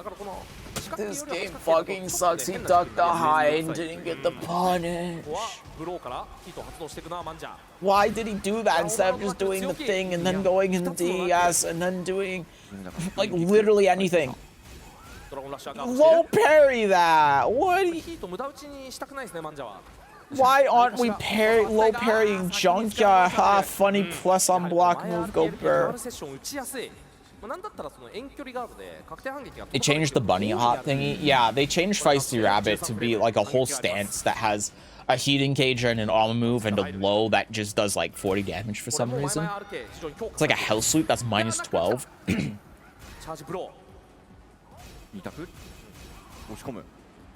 Yeah, look at all of this chip damage Law's doing by just like existing, but no, Elisa's the problem. You saw that chip damage that Law just did by existing, but no, Elisa is what we have to worry about. Elisa's chip damage is too much. Yeah, look at that. Elisa's chip damage that Law just recovered all of and then some by doing a 10 frame counter hit heat engager is the problem. That's the issue. Just rage out. Oh yeah, cutscenes. I love cutscenes. Look at this, guys. Jim's about to win. Look, Jim. Go, Jim. Jim's got this. Jim is going to beat Yan. Mashima's gonna beat Yan Kazuma's ass. Look at this. Oh, fuck. He did rage out. Uh-oh. Oh, he almost got him. He turned around. Oh, no. Now back to this. Low parry Junkyard. Is Jim gonna die? Jim didn't die. Wait a second. Wait a second. Wait a second. He could come back. Oh! What a whiff punish. That was crazy. Oh my god, it's final round. Holy shit. Wait a second. Oh, arm move? Oh, wait, no. Wait, counter hit. Counter hit! Oh my god, he might have it. He got the low. He got the hell sweep. What's Devil Jin going to do? Armor, okay, okay. Gets the counter hit grab. Wake up kick. Laser. Laser hits. Oh, he almost had it. Nice laser. Good game. Anyway, what's going on here? Oh, it's just a not plus on block move into a not heat engager into a not low that gets blocked and not punished for no reason at all. Oh, good. Law has rage. I can't wait to see what happens here. Oh, dick jab. Oh, yeah. Plus on block, go burr. Oh, no whiff punish, go burr. He could have literally just done back 1+2 and it would have option selected it. But, you know, he found the projectile. Hey, we want to go back to Jim Mishima. He just got perfect against the Devil Jin. Oh, we gotta watch the game. Oh, but I really want to. Oh, no, but we gotta watch the game. Oh boy, plus unblock mid, go burr. Oh boy, oh boy. Back flip, go burr.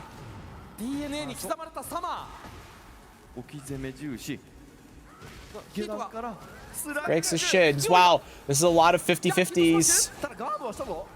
Great shot. Fucking called it. I could see it in his eyes. He's not even trying. He didn't duck it. I guess if he did the mid. Yeah, okay. Well, back to Jim.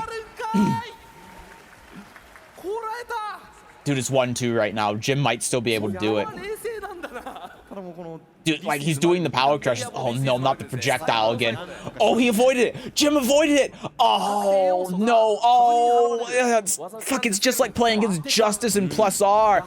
Oh, the projectiles. I'm getting memories of these fucking missiles. Wait. He didn't do anything off. Wait a second. Jim might have it. Jim might have it. Blocked. He has a pixel. The match. Oh. Damn. All right, back to this.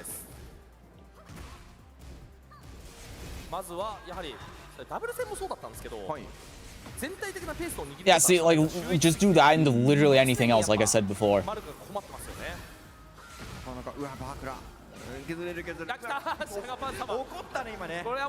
Oh, but Elisa's chip damage is the problem, right, guys?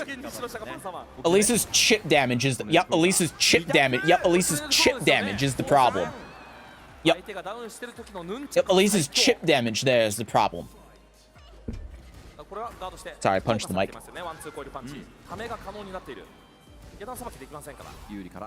Shell's gonna lose. I gotta keep that in mind as like back turn tech. I better get my games in with Elisa soon before before Lydia comes out. Dude, at this rate, I feel like Elisa is turning into my secret main. Like, at this point, how many people do you think that Yoshi's my main and not Elisa? Sore do. Yeah, I was about to say, just do the rage art. Love my sister, honestly, nerf everyone else, please. God, I hope so. This game would be so much more fun if everyone got nerfed.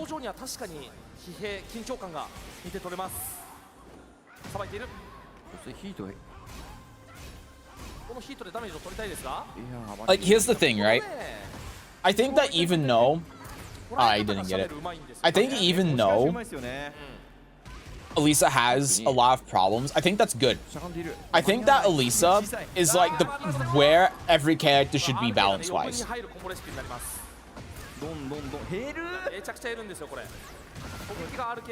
Elisa's like, if we're talking about like Helldivers 2, Elisa's like the autocannon of this game, right? Elisa should be the basis of how the game is balanced. Like, her heat engages on overbearing. Her gimmick requires good neutral play to actually utilize effectively. She doesn't feel unfair to play against. There's actual counterplay to when she throws out heat engages. She can't just be plus on block all the time. There's actual risk associated with it. She has to actually play Tekken in order to be able to do anything. Her heat mechanics do improve her on overbearing. her heat smash is actually fair because there's counterplay to it. 残ってましたね。痛いぞ。痛い痛い痛い痛い。もうヒート Like Elisa, balance-wise and character design-wise, is where everyone should be. Elisa, the problem is Elisa isn't poorly designed. Nice running too, Chanel. I was gonna say something after that, and then I just lost it. But like, the problem is with Elisa is Elisa. I don't want to hear this shitty music. Elisa's badly designed, not because of like how she is, but because of how she is with the philosophy of the game in relation to other characters, right? Because they clearly don't want this game to be like how Elisa is, you know? They don't want other characters to play like Elisa. They want characters to like throw out fucking projectiles everywhere and they have hit effects and do drive rush 5 times in a row, and Elisa can't do any of that. And I think that's good. And I think that makes Elisa a good, like, character design-wise, and really her biggest fault is just how they balance DES and non-DES, right? Like, if how she was outside of DES made more sense and wasn't just like, oh yeah, we couldn't think of anything, so we made, like, down 4, 1+2 jail on hit and 0 on block for some reason, then, like, yeah, she would be a great character. But, like, her biggest problem is balance, you know? Hi, Mig. Elisa's the reason I'm watching you. I'm surprised so many people are here at 4 a.m. Well, I'm so sorry that I failed you, but Elisa's just not, like, she's boring to play and she feels bad to play because I don't want to play Tekken 8. That's honestly it. The only reason I'm playing this game is because I can play Yoshi, and the only reason I'm playing Yoshi is because I don't have to play Tekken 8 when I'm playing Yoshi. Like, if I could play Elisa for the same reasons I'm playing Yoshi, then I would play Elisa more. I think, I still think Chanel could take it. Oh yeah, he could. He just has a history of, like, consistently getting to 3rd place. Biggest threat is Chikurin. I mean, you say that, but, that law player gave Chikurin a bit of a run for his money, right? Whoever that guy was, I don't remember who the guy was. I do need to play Elisa more, though. I think that I'm okay. Here's the thing. Like what I said with at the beginning of the stream, and no one was here when I said, but what I said at the beginning of the stream is the reason why I'm even bothering to watch this in the first place is because this is the first time balance has actually mattered, right? Because this is the first major event for Tekken. Well, Tekken 8. So this is the first time we're really seeing the game at an actual competitive level. And I don't remember where I was going with this. But I guess what I'm kind of going with this is that... No, I don't remember where I was going with this. There was a point that was going to be made here in relation to Elisa. I don't remember what it was. I don't remember what the segue was. But the point is that we're getting a balance update, right? They're actually balancing the game now after this event's done. And when that happens, we're going to have a better idea on the state of the game and the direction that they're going to go in. And the reason I haven't played Elisa up until now is because I don't want to play Tekken 8 in its current state. I just don't. But if this game is going to remain the way that it is, then I just kind of have to deal with it if I'm going to keep playing the game. And so I'll play Elisa again after the next patch. Does that make sense? Probably doesn't make sense. Makes sense in my head. But I'll play Elisa after the next patch because if this is the way the game's going to be, like, I could just keep playing Yoshi and circumnavigate that. But the thing is, like, I play a ton of characters. Right? I play like every character in the game. And I want to keep being able to do that. And so I need to, like, learn how to actually play Tekken 8 instead of playing Yoshimitsu. if I'm going to keep doing that. I don't care about the fucking this is Azazel. I really like her. I'm still in Tekken 7 and just got Genbu with her. Tekken 8 seems way too flashy for me. Yeah, this game is not good. Come back in a year. I think if you come back to Tekken 8 in a year, this game fucking sucks. Anyway, case in point. Hey, let's watch Jim Mishima.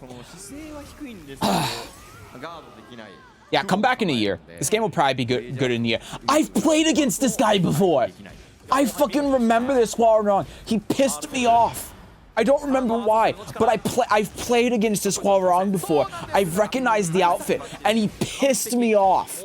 And I don't remember why. What the fuck? I think I was just bored playing against him. Anyway, we know how that story's gonna go. Did I go through another round? I went through another round. Wait, Chanel's playing Zafina? Huh. I need to play Zafina. I meant to. I wanted to get Tekken King with Yoshi first before I tried picking up a new character. But then I decided, you know what, I hate this game, so I'm just gonna wait for the balance match. I just couldn't be bothered and finals were coming up, so I was like, yeah, Bushin, yeah, that's good enough. I still need to do that though. But I do need to play Zafina. They fixed the issue I had with her, which was her losing health for using Azazel. Though I still hear that might also be an issue. As we're seeing, yeah, it is an issue. Zafina even with the backdash bug. Zafina has what's Zafina's backdash bug? Oh, he went back to character select. Yep, we know where this is going. Hey, let's watch Jim again. Oh wait, Jim's getting his ass kicked. Oh no, Jim, my boy Jim. Wait a second. Commentator's curse? Or commentator's blessing? Oh my god, he's fucking dead. Final round. Final round. This motherfucker. Oh my god, look at the counter hit. Power crush, one power crush, he wasn't sure. Jim Mishima taking names. Holy shit, he's fucking dead. The Hwoarang is fucking dead. Jim got him. Jim demoted his ass. Oh, for fuck's sake, this goddamn game now, dude. Down 4-2. Punch myself in the face.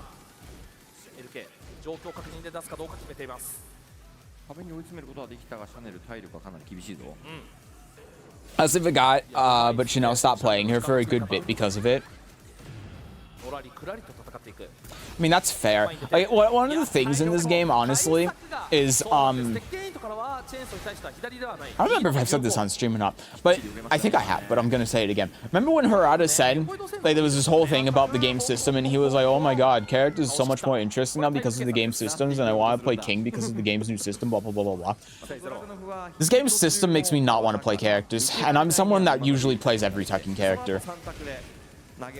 Just because of how bad it is, like, if I don't want to play this game. So if you give me a character without good defensive tools, I don't want to play that character. They're not fun. That's why I'm not playing Elisa. I'm not playing Elisa purely because of this game system. It's not because of how Elisa is in this game, how she plays, whatever. It's because she can't, she has to play Tekken 8. And I don't want to play Tekken 8. So that's why I play Yoshi. But there are about 2 characters in this game that I think I'd actually like play, and that's Yoshimitsu and maybe Raven. Maybe. Whereas before, I mean, I literally had 8 or 9 characters that I played. I played Elisa, Yoshimitsu, Lydia, Kunimitsu, Josie,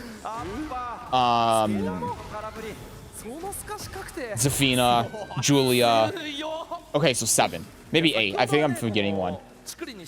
I played 7 or 8 characters. And now this game, I'm like, yeah, I'll play Yoshi. I don't want to play anyone else. Everyone else feels like shit to play. He tweeted something about it. But he had to retract that statement, though, because of the Nam cops. Oh.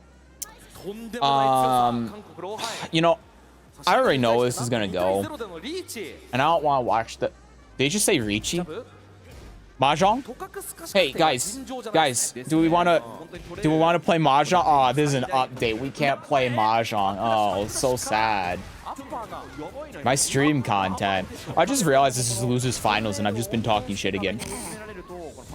We're almost at grand finals and I still haven't been paying attention because I just don't care. That's crazy. Good whiff punish. Fucking sucks, dude. ジャンスで拾えるうまアドリブがうまいアドリブ Oh, his head hurt box is too small. いや起き上がんなかったら当たるやつ I need to use the いや間 bathroom. に合わない意見ならず時間がないが I really just want to leave now. Huh, funny plus on block move that you can't do anything about, even though you know it's coming out. ちょっと Honestly, if I was Chanel, you know what I would have done? I would have done forward two, because Lowhigh would have been expecting the second hit because of the heat dash, and Chanel's always been doing that. And go into DES, and then just do forward 2, 1, 1 plus 2, because it does more chip damage. It does the same thing, but Lowhigh's not going to attack into it. ここはなんとかインバウンドキックいわゆるライジングキックでシャネルが返していくちょっとシャネルとシャネルとしては Reason I'll play Elisa, the same reason I'll play Lily, but backwards. I can literally turn my brain all the way off with Hwarong, but Lily's just so hard to play well. It's not rewarding enough to what some characters can just get for free. 硬いヨガードが I don't know. I mean, I'm. I think it's kind of the same thing with Yoshi, I guess, but in a different way. ちょうまいうまいうまいうまい剥がそうとしたぞ今でちょっと回復していやこれはもうシャネルなんとかしたまあ強気もう行くしかないですよ I ね think that with Yoshi, the thing is that I can think about the player and not the game when I'm playing Yoshi, because of the tools he has access to, right? But when I'm playing Elisa, not only is it the same thing, kind of as you describe ここもバフュームです with ちょっと本当にすごいなこのプレー剥がして置き攻め下段 with Lily. エクストリーム No, with Hwarong. With Lily, ここに来てレアな選択肢 I'm tired. With Lily, right? Like Elisa's difficult to play, and you don't get as much reward out of it. But then you also have to play like around the game instead of the player, right? There's so many times, like in so many situations where these 50-50s are forced, and you're not playing against the player, you're playing against the game. And when you're playing Yoshimitsu, this game fucking sucks. See, like that, exactly like that. You're playing against the player, not the game. When you're playing Yoshimitsu, like when you're playing this game in general with most characters, there's so many situations where that's the case, but when you're playing Yoshimitsu, the majority of the time you're actually playing against the player. Because a lot of those situations where you have to deal with the game and play against the game and not consider the player or what the player's doing, and instead just make a decision that is objectively better regardless of how the player is playing or what they're doing, you can just avoid those situations entirely with Yoshi because of Flash and Kincho and back 3, back 4. 珍しい Nice throw. 横移動右横しゃがみ立ちとかっていう That's what I was trying to say. Yeah, I mean, セットを投げつけていった仲良しです and again, that shouldn't be the case, but that's just, you know, a sign of bad game design, right? 本当にそのスカシカッがどうやらやばいと Like, you shouldn't play a fighting game and then have to worry about fighting against the game itself. あと前 RP チェンソーから右横移動に対してのチェンソー中 But you do. That's how Tekken 8 works. Anyway, I'm gonna go use the restroom because I need to, and I'm not invested enough in this. So, I'm not putting Jim on in case you want to actually watch this. So I'm just gonna turn the volume up a bit, and I'll just. Oh God, I turned it down. これ I'll turn. ドライブだったらおっと空振りなんでヒートバスでフォローしましたね LPLK Oh yeah, let's turn it up and then. 今のしゃがみパンチもいいですねうまっ背後からこれはどうだいや解除ですね空中ヒットしないと踏んだいい判断これでヒートは消失しましたよだからレイジですがああそうですよね空中ヒットなんでって感じですかレイジではありますけれどもこれで多少本当にちょっと体力が回復できるのが御の字からはいシャネルの白ゲージも削れるんでこのレイジャーツいいんじゃないですかかなり減ってるここからオーバーロードナックルお互い緊張感があるジャブで止めていやいいガード早いねしゃがんでる完璧やっぱそうですよねそのジャブジャブとかワンツーとか使うんじゃなくてジャブを使ったり、はい、なるべく空振らないような技リスクがないような技の選択チェーンソーで構えていきますラップな下段を打つことによってチェーンソーをやめさせる選択ですね、いい手段だがデススコルピオン無慈悲な暴力があるうわー先端当て感がいい。でしかも割れる壁。たまらずヒートバースト。いやー無理やりいった。しかしそこにそうですねロシアンフックがかぶさりましたね。はい。なんかシャネルらしい空気になってきましたね。ふわふわとシャネルが流れる。いやーちょっとこう劣勢になったローハイがですねアッパーを解放してくるんですよ。ちょっとこれの当て感がやばいっすね。やってることは力なんですけど、はい。あー当て感がまあ冬桃ですから。死の香り。これ終わり？えあそうか。いや終わったそうですよね。なんだよとあかんやろというような表情をしております。うまく使いましたねこのヒートのシステムを。おっとこれは確かに I heard 確定反 heat 撃ではない。 system. Oh god, Chanel might do it. 前に出る。 I'll get hype if Chanel 相手も wins. 強いですからね。If Chanel wins and goes to grand final, then I'll be excited because that's like the only good thing that can come out of this. It's like, 無理やり for 入って God's もいいで sake. すよねローハイは。 Like the thing is that having Chanel win, I'm realizing now is like the monkey paw, because I've been saying for years that Chanel deserves to win like a major event like Combo Breaker or Evo or something. If Chanel ends up winning this, then it real. How does you not react to that high? Okay, well, this is going 口止めも強いです。 not so well. 優勢ローハイ。 Okay, his back's to the wall. Okay, well, anyway. Hey, Jim Mishima.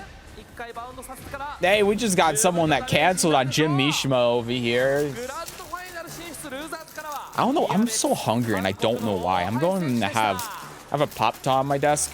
まあ納得です I'm going to have a single Pop-Tart and see if that helps. I have no idea why I'm so hungry. It's also so high in my room. It's almost toasted. ですね。打つ技打つ技しっかりこうなんでしょう空振りさせられてそこに反撃を受ける。でもなんとかしたっていうね途中中盤戦。 What's up with Huarong? 技打ちを変えてこうローハイ It's less about his good defense and more so about his offense. Is his defense basically? Because the best way to play him is like force your opponent to guess between 3 options over and over, and what it makes me play more against the player than the game. まあヒットはしてなかったものの。 Yeah, because you're not playing the コ game. ルドローハイこのプレイングでした。素晴らしかったです。 No, I get what you're saying. 100%. I 100% agree with you. あじゃあこれ But ハイライトの方が準備できてるようなので見ながらお話し yeah, then you're just not playing the game. いいプレーですね。この2人になりましたか。チクリンとローハイ。最後は I felt the same thing when I played Azucena and got her to Fujin. というか結構機能もしていたようにも見えるんですけど。 I was laughing my ass off the whole time because yeah, 対策 no, I know exactly what you mean, and that's how it feels. When you play a character like that, you do just turn your brain off, and then you don't even have to play the game. はい。 And then it like what Arslan Ash and Nee says, it does turn into a slot machine. It's not even an exaggeration. It's not just like, oh well, you're an old Tekken player.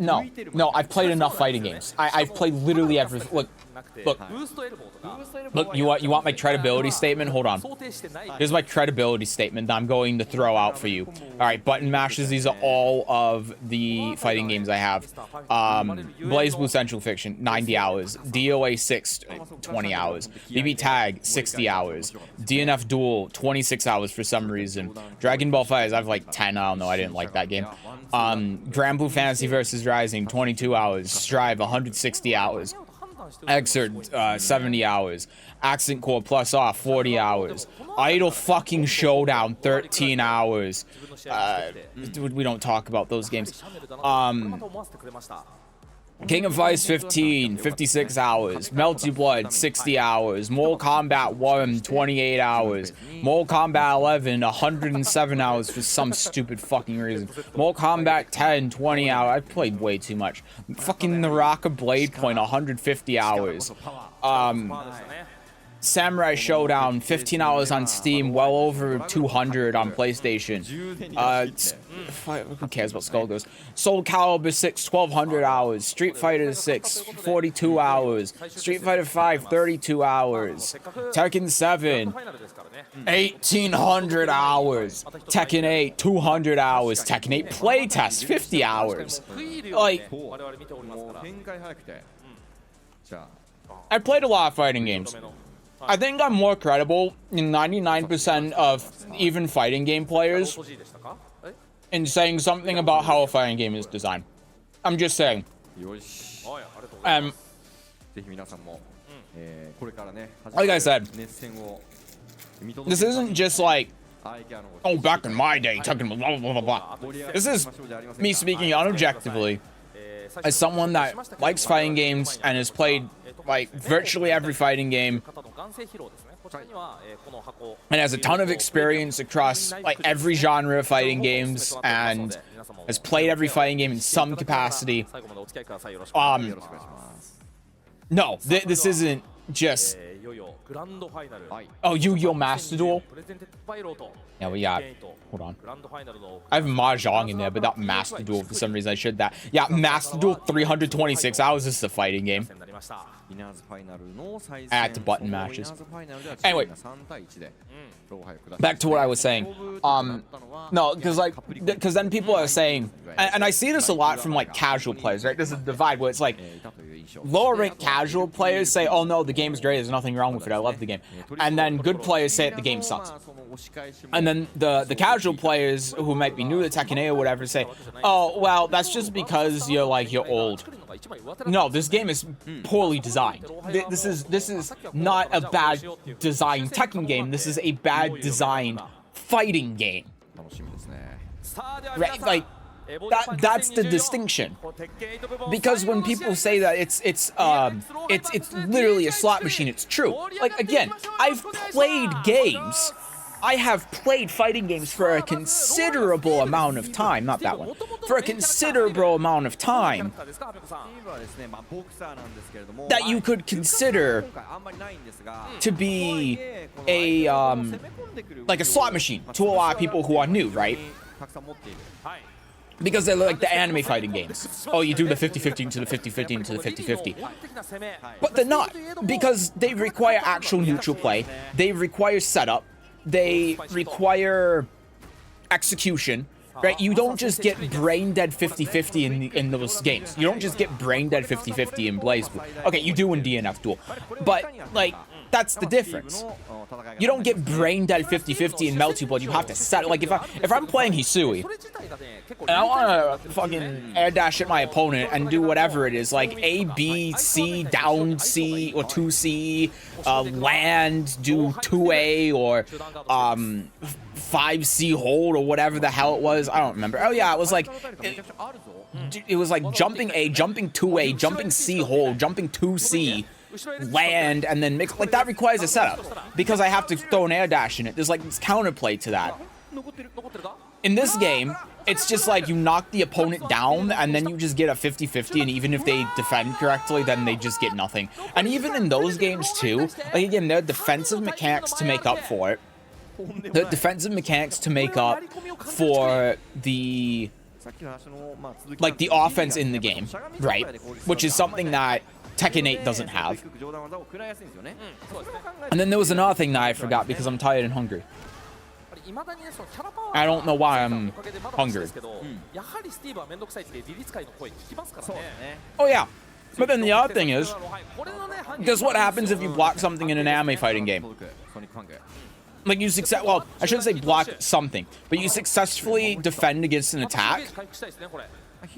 Now you get to attack, right? Now you get a turn. Now you get to do something. Like if you have really strong defense, you have strong reads, you get rewarded for doing that, right? Like if you have a read that someone is going to do something and you do like a shielded just block, I don't remember, a barrier block, a just frame barrier block in BlazBlue, then you get rewarded really well for that. In this game, if you get the right read on something, you get punished for it because you take chip damage and then you minus and you have to eat it again and you can't deal with it. Like, you can't do anything about it. That's why this game is a casino. しかしルーザーズ側の老敗選手はチクリン相手に3試合選手を2回勝たないといけない。チクリンが圧倒的に優勢なまま1試合目も取りました。I mean, what happened? I wasn't paying attention.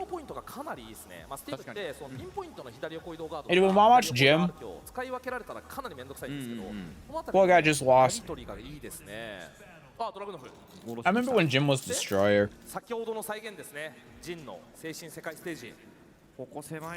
Oh no, he's starting to react correctly. Fights the rabbit. Oh no! Finally, in grand finals, a pro player is actually defending correctly. Inconceivable.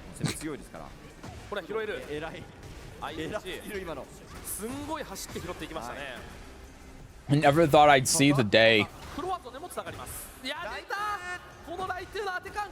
I really need to make a video. I think what I need to do, instead of talking about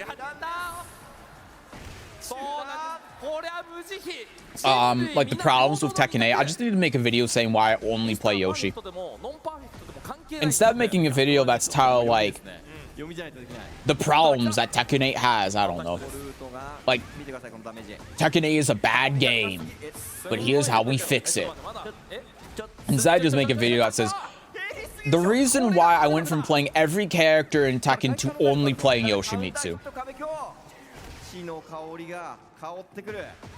Title's too long. I need to think of something bad, but you can see how that would work. That's clickbait. That would get clicks. I went from playing every Tekken character to playing only one. Chickering getting away with murder. Nobody thought they had to lab Lily before Evo. It's okay. Lily also didn't realize she needed to lab herself. That's why I missed. Yeah, warmed up for Azusen. Yeah, and there's been no Azusen. A nice combo. Nice throw. See, this is what I was saying about the throws before. I think it's really underexplored, but like, Lohai's been using those throws a lot throughout this entire thing, and they've been working out super well for him. He didn't break the floor for some reason. That's a mistake. Check this out. Grab her. Grab her. See, he went for the grab. So that's what I'm telling you. If it wasn't for that flash duck, grab her again. Grab this bitch. Yeah, see, there's the break. Now he's gonna do the one grab next. He's conditioning him right now. Oh, come on, man. It's okay. He's still got that one. See, this is the only exciting thing. The actual game itself, what's happening isn't exciting. What's exciting is the idea that this grab offense, this grab mind game is actually going to work out in the end. Yeah, I mean, saw that coming a mile away. Didn't duck it. Okay, well, I mean, sidewall save lives. That's a classic. Good block. Oh, Jesus. Well, Aqua, get ready for Lily to get nerfed. I hope you're ready for Lily to be put in the dumpster. I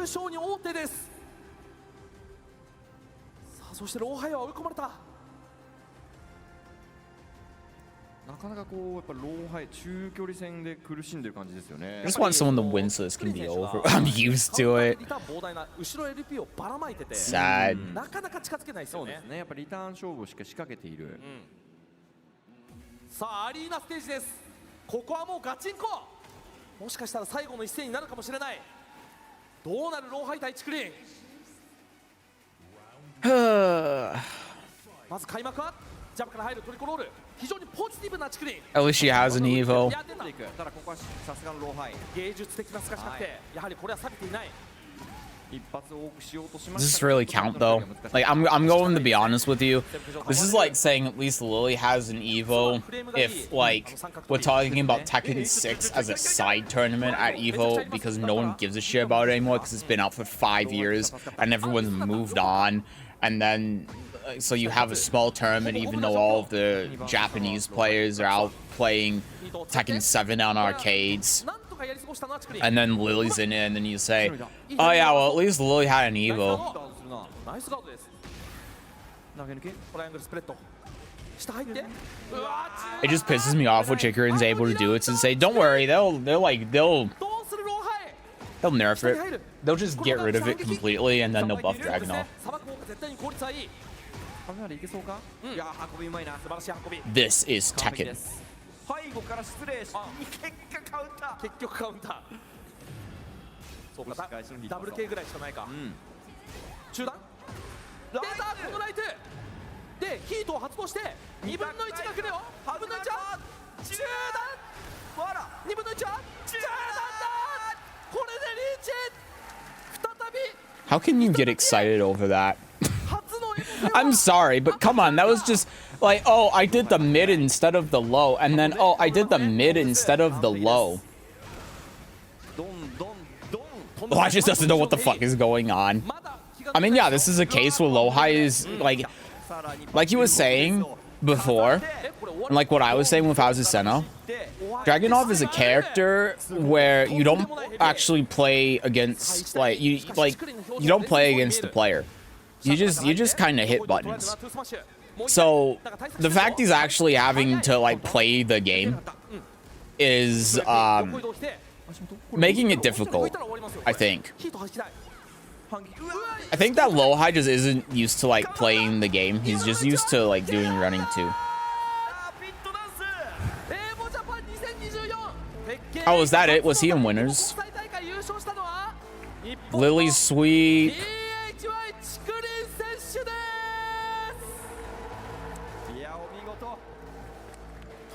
Lily sweep. I mean, I'm not surprised. I've been saying for a couple of years that I think Chikarin is a sleeper player that people aren't really paying enough attention to, and yeah, he just won. Yeah, so that's what I was gonna ask before it started, and then I forgot. Where was Austin Ash placed? Was he not able to go because of like visa problems? I thought I heard that a lot of the Pakistani players had visa problems for this one. Oh my god.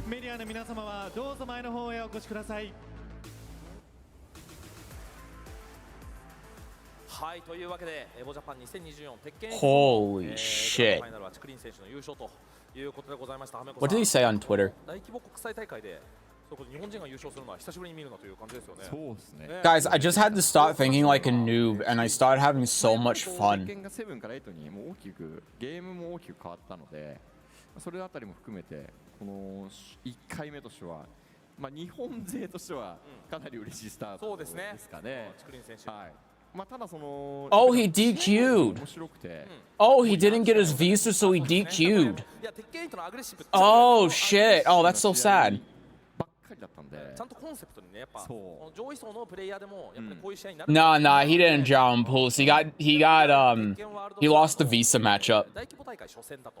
Yeah, like Japan for some reason, this was something that came up like a couple months ago, but for some reason they just denied the visas of all of the Pakistani players.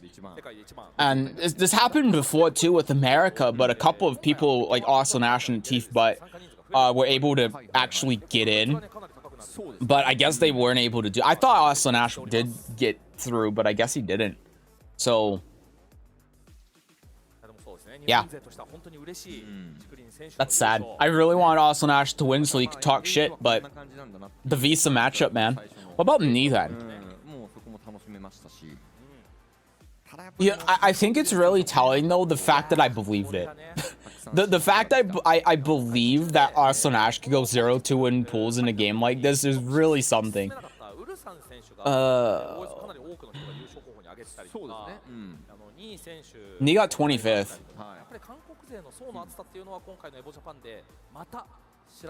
Hold on, sorry, while we're looking at this, I need to... My Subway surfers. Okay, anyway. It's so funny. 0-2 to Chikarin. And 1-2 to Yagami.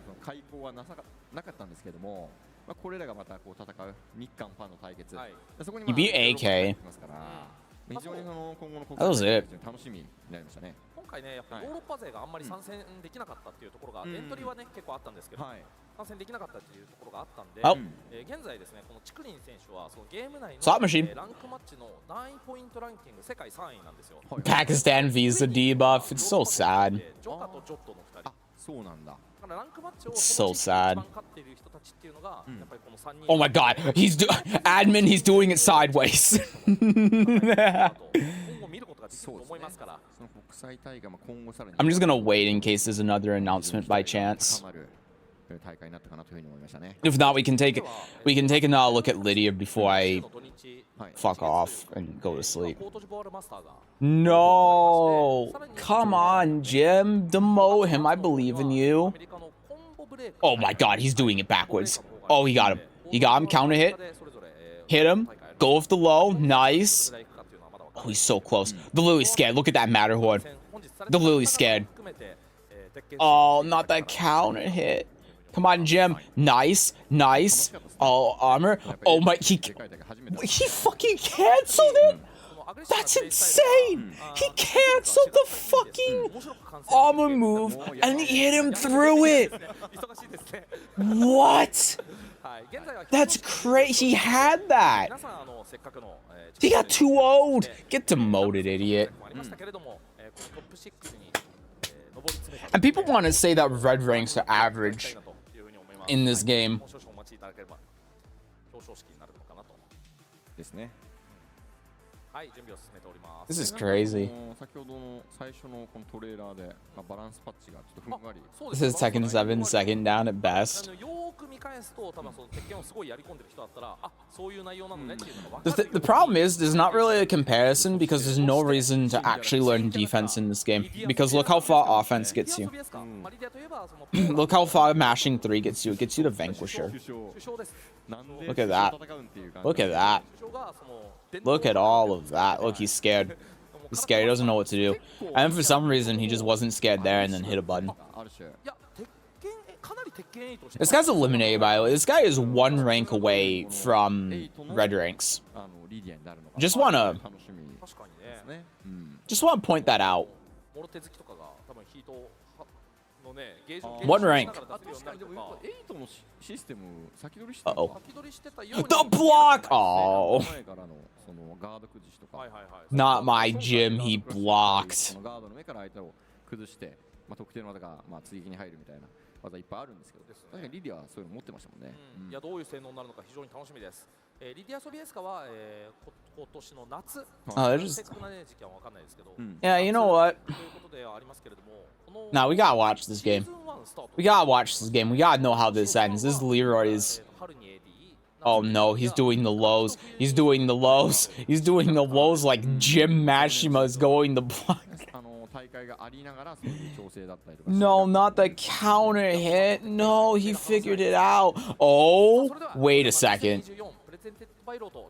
Okay. Oh no, he hit the heat engage. That's it. He's gonna do the low and then the low. Yeah. I had the read on that. Oh god, it's the fucking mess. Oh, not these things again. Oh Jesus. Oh, they got a pink one now too. Oh my fucking. It's so hard not to scream.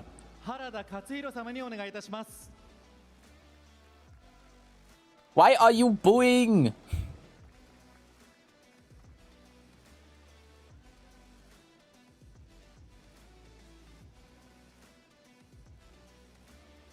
If I cared enough, I'd be...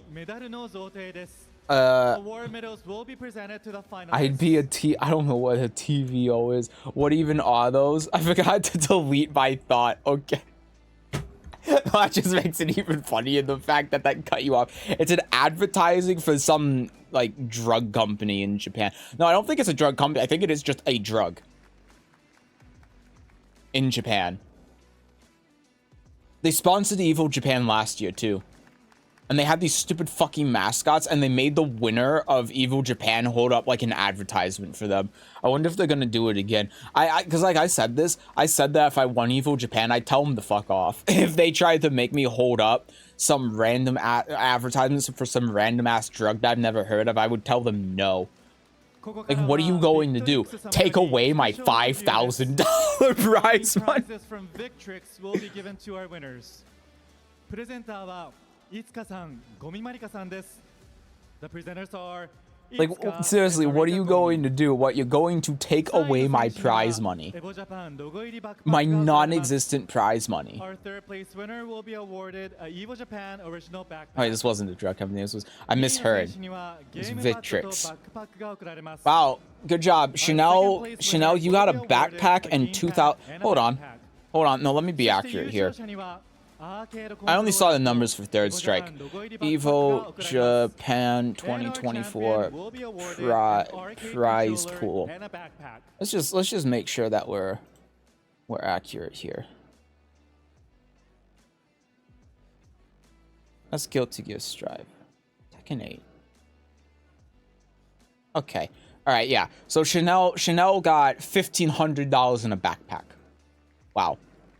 Incredible. On the side, they all got an amount of money in the backpack. Oh yeah, hey, hold more shit. Hey, here's a hitbox that you're not going to use and $6,000 for winning Evo Japan. The FGC is a fucking scam. From Roto will be given to our champion and our second place winner. Oh yeah, here's the fucking advertisement. Oh, here they go. Oh no. Look at those gloves. Oh, he's gonna knock over the trophy. That would be the funniest shit I've ever seen. If the diamond part on the right knocks over the trophy, please break the trophy. Oh yeah, there's the advertisement. This is not as egregious as it was last year. Please knock over. He's so close to it. Oh, he's turning. Oh, he's not actually that close. Damn. Oh, there. Your worth amount of Roto V5 supplement for your eyes will be given to our champion. It's snake oil. Yep, there's the... Look, look how much he doesn't want to be there. I tell him take this V5 and shove it up your V5. Fuck you. Supplement for your eyes. It's snake oil, man. It's a fucking essential oil. Yeah, like I said, they just shove this thing in their face and say advertise for our company. I would tell them to fuck off. I would tell them absolutely not. See, this is one of the reasons. I have a couple of reasons why I actually want to get good enough to win Evo Japan, and then not because I want to be the best in the world. They're all petty. The one reason is like situation like this in an interview. I would love to be able to talk and say how this game fucking sucks and I'm winning out of spite, out of pure spite and hatred. And the other reason is I want to be able to be on this stage so when stuff like that happens, I can tell them to fuck off. Because we shouldn't have to accept the fact that we win and our reward for winning is advertising another company that's selling some bullshit product that's basically a scam. Thank you very much for all of your He's too support. nice. There's something I really wanted to say if I was to win this tournament. That is that Tekken 8 is really fun to play, and because it was so fun, I practiced so hard, and that is why I was see. able to win Okay, today. And so also, any of you who haven't so tried Harada Tekken and 8 Murray. yet, please do try it because it is the best. Harada and most Murray had fun some game backdoor we have deals ever here, and if experienced. Chikarin said Thank you that, very, doubled very his much. prize pool. I actually want to go back and listen to that real quick. Hold on, did he actually say that? From our See, this is the good thing about me understanding Japanese. Hold on.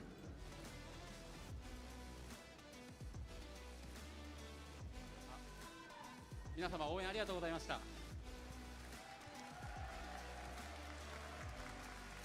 すごく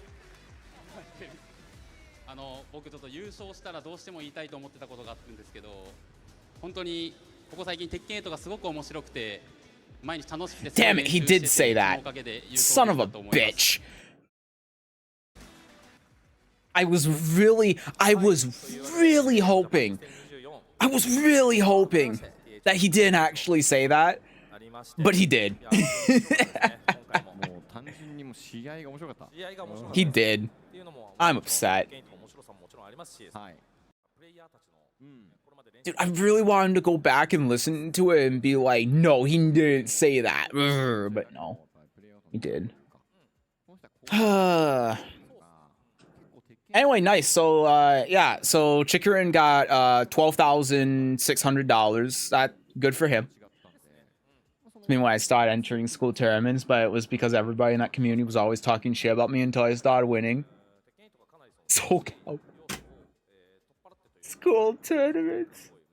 That's so fucking funny. Oh, that's so funny. I started entering school tournaments. Why are there 5 people here at 4:30 a.m.? Oh my god. Anyway, that was one of the single worst Tekken tournaments I've ever seen in my entire life. I've wasted my time. I could have like spent this time watching like literally anything else. I hate mobile so much. Just turn off autocorrect, man. That was it. Yeah, so there's no actual announcement on when the update's going to be. I'm assuming it's the first week in May, unless they already said it before and I just don't remember. I'm assuming it's going to be soon. Anyway, let's go back and just take another look at Lydia real quick. I know it's just the teaser. Oh god, that's Guilty Gear. No, Jesus Christ. I know it's just the teaser, but I really want to see Lydia again. If one good thing came out of this Evo, and only one good thing did come out of this Evo, it's Lydia. Why is autofill a thing? I don't know, man. I don't use phones. I only use my desktop, and when I'm not using my desktop, I have a laptop.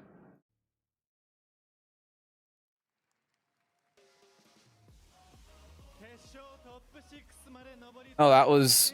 Hold on. That wasn't fucking it. Hold on. It's so hard. It's so hard. Okay, yeah. Let's go back through this. Man, this is going to be so cynical. This stop for this reveal. But I think that's par for the course for me, to be honest. Dude, I can't get over the fact that they're advertising free update, and then they literally just ported the Tekken 7 stage into Tekken 8.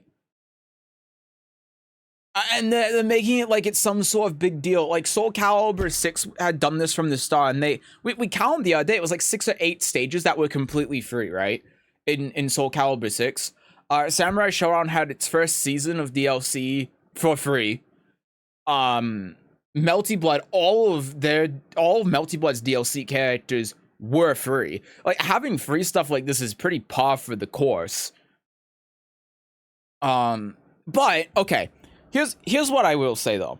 Okay, let's not be completely cynical, because I have a cynical mind right now, because that top 8 was garbage, and I spent 2 hours just talking shit about the game. And you know what? I think it was a productive 2 hours. I'm going to say it. I got a lot off my chest. I think it was a lot more entertaining and informative and constructive than anything in that Evo. That was one of the single worst Evos I've ever seen. I've seen some bad ones. But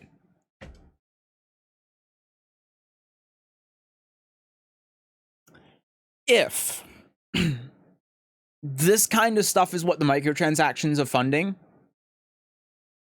then I can forgive the microtransactions a little bit. I'm just going to say it. I'm just going to say it. This is something that I was waiting for of the microtransactions. I said, if they start having free stuff like this that's outside of just the normal season, because the season passes are made to support the seasons. If the microtransactions are there to offset the cost of other stuff like free stages or characters, then I would be more on board with them. So even though they're super lazy, there's a good chance that they're funding stuff like this. Because even though a lot of the stuff on this stage is from Tekken 7, it's not like it's copy-pasted like the Hua Rong outfit from Tekken 6, right? It has been redone in a lot of ways. It has been retextured for Unreal Engine. You're not seeing Tekken 7 textures on the stage, right? So even though it's the same layout and it's the same as the beach stage, right, for Tekken Ball and stuff like that, if they keep doing this stuff, and this is a sign of things to come, then I'm more okay with the microtransactions. I'm still not okay with them doing the whole thing with modders and taking down the channels and stuff like that. And I think that is inexcusable. Especially the fact that they doubled down on it. If you've seen, they started DMCA, they started DMCAing images on Twitter. Absolutely fucking appalling. But if we ignore that, I think this is good. I think this is good. So, my Soul Calibur never had a beach stage. Soul Calibur flew off the dodos. Boom. Checkmate. That is a beach stage, right? I'm pretty sure it is. I literally have hentai armor and no beach stage, and I hate us for that. You don't have to put it that way. That stage has no sand. SC4 Dodo stage. Sorry, I can't say SC4. It's Soul Calibur 4.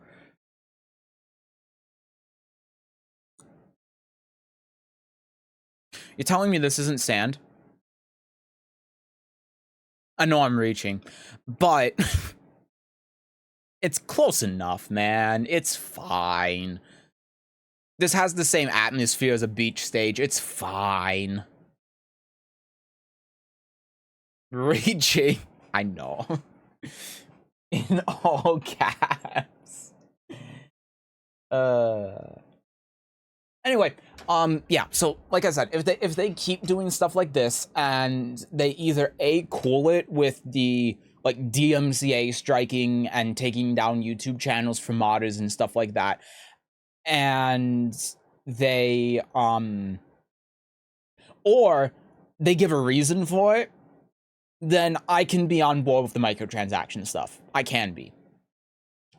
But it depends. There needs to be a sign of things to come, and this can't just be, oh, we repurposed the Tekken Ball stage as a free stage, and then this never happens again. You know, that's where I'm at with it. So we'll see. We'll see in the future. But it's a good sign. It makes me at least a little bit hopeful. And it would also explain why the microtransactions feel more like a last-minute addition, because maybe what they decided was, oh, we want to be able to have free content in the game because the game sold so well, and we can afford to do that, so let's do the microtransaction stuff and fund it that way. Or at least that'll make it so that the executives can justify it because we're making profit from that, and then that goes back into the game. Then okay. Right, then I'm fine with it. Then I'm fine with the microtransactions. This is why I've been asking from the start. I think this, like, one thing, and I had said this in a video. I said this in a video that never got uploaded because this was right before the matchmaking problems happened and made that video out of date. But one thing that I said is that when thinking about the problems that Tekken 8 has, all of the problems could be alleviated with communication. That's it. Like, the problems with the modding stuff, communication. The problems with microtransaction stuff, communication. Everything could have been dealt with communication. And they're clearly open to that with stuff like Harada's Ball and Tekken Talk, but they don't talk about the right things. They skirt around issues. They don't focus on the core problems that people are having. And if they just had an open dialogue with the player base and the fan base, then none of this would have happened. If they'd said from the beginning that there was going to be microtransactions, even when they introduced it, if they said it was going to be funding free updates like this, then I don't think anyone would have had a problem with it from the start. If they had given a notice for the modding stuff before copyright striking channels, people probably wouldn't have had that much of a problem with it.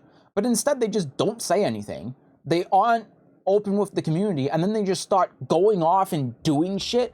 And from our perspective, it's like what they're doing is they're fucking going outside with an AK-47 and then shooting up fucking down like the Capitol building. Like, I mean, like, I'm bad analogy. I meant like shooting the face of the building, you know, just like you know Brian and his ending, doing that. That's what I'm trying to get at. But in reality, it's like a prop, and it's like it's staged, and there's a camera crew in the background, and it's like being filmed so that they can make money from it.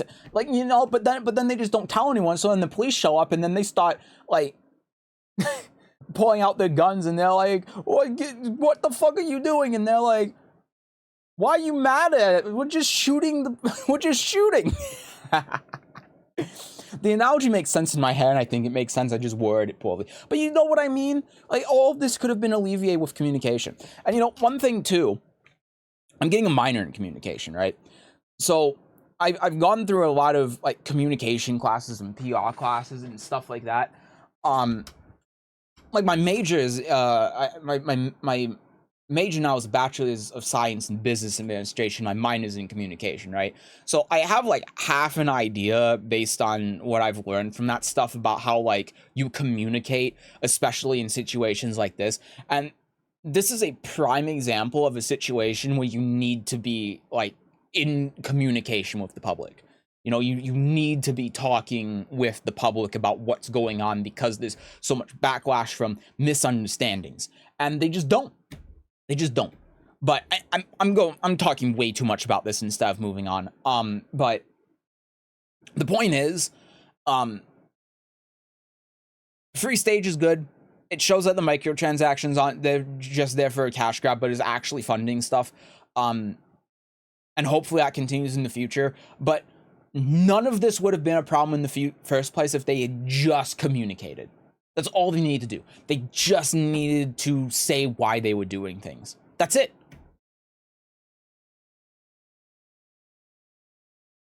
Soul Calibur had gacha mechanic, and it's good as the costumes in Soul Calibur. Soul Calibur 3, I will be completely ready and willing to fall into that credit card debt. Yeah. Yeah, pretty much. Especially if it's not predatory, it's reasonable, and it's going towards stuff, right? Like, $4 for a Huarong outfit that was ported from Tekken 3 with 1080p textures is not worth $4. But a $4 PlayStation 3 Huarong outfit that was ported from PlayStation 3 and has 1080p textures is worth it if that's being used to fund other content. You get something out of it, right? It's like when you, like, you know how like with license plates, you can buy a license plate for like $20 extra, and it'll have like a charity logo on it or something like that, you know, so like you're donating charity, but you get a little something out of it. Yeah, like kind of like that. Not a great analogy, but you know, like if you want it, then I feel like, better way to put it, if I see that for $4 and I think, oh, it's just $4 because they're trying to take money from me because they're doing it as a cash grab, I'm not going to buy it. If it's $4 and they're using that $4 towards stuff in the game, then I feel more justified in buying it, because I feel like that my money is actually being used towards something instead of building up a billionaire's portfolio. You see the difference?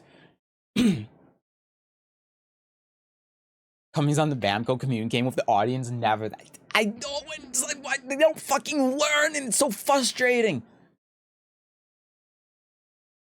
It's like PR 101, I should know, and they just don't do it. But yeah, anyway, I think what I can say is after this, I'm going to have a soft end to my boycott on the DLC, on the microtransactions. Soft, right? Because I'm still going to be looking at this stuff, and I'm still going to be like, okay, well, if you don't do this again at some point, like if we're talking gets to season 2 and this is the only free thing that you've done thus far, okay, then I'm done. But I think that this is enough of like a sign, that, and the fact of how they've advertised it and stuff, that this is something they're going to keep doing in the future.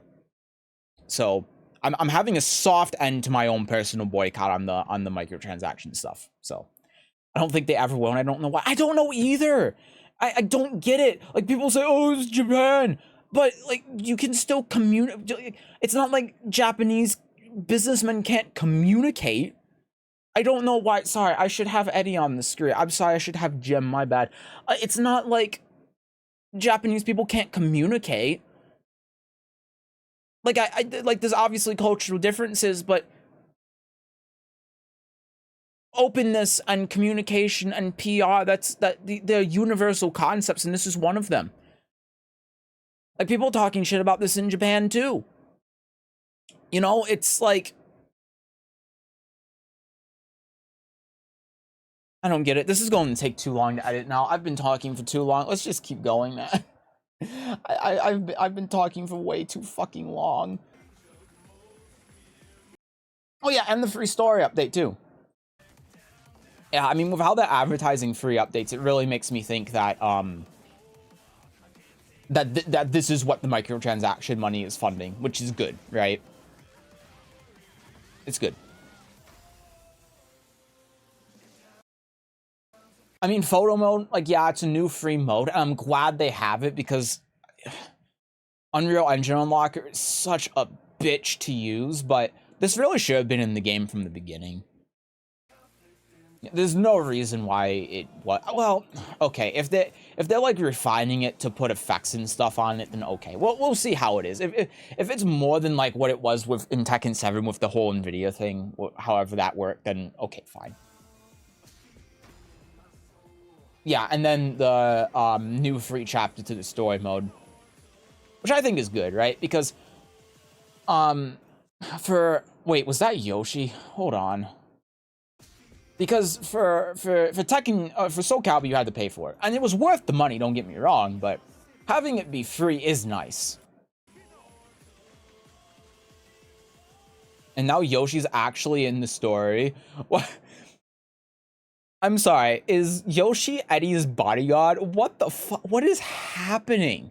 What? This is Yoshi's Soul Calibur 6 outfit. The spine... Do you see what I see? Do you see what I see? Do you see what I see? Hold on. This man might talk for a second. Look, do you see the resemblance? Is it just me? Am I going crazy? Look at the spine. It's the spine, dude. It's the spine. Maybe I am going crazy. I'm tired. Access and Capcom have wonderful communications with Japan's not excuse Bamco just sucks. Yeah, no, yeah, it is, but it's just for some reason. Well, I host Japan. It's interesting too that Yoshimitsu is actively choosing to team up with Jin. Because normally Yoshimitsu doesn't take a side at all. Okay, I was wondering who this person was. It's just not one of these guys. I don't know who this is, because this isn't the Manji clan. The Manji clan don't use guns.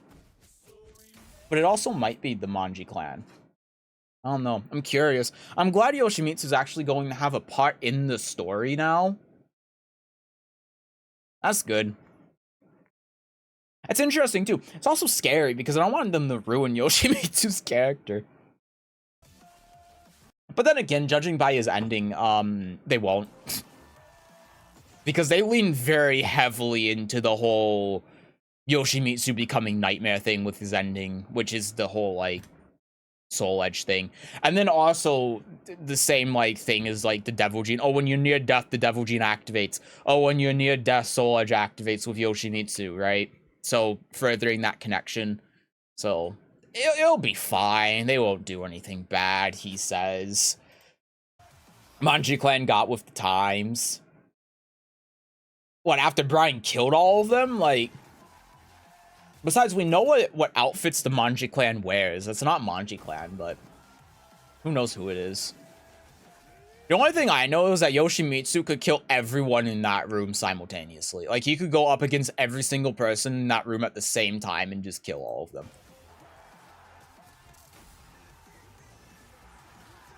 Including Jin.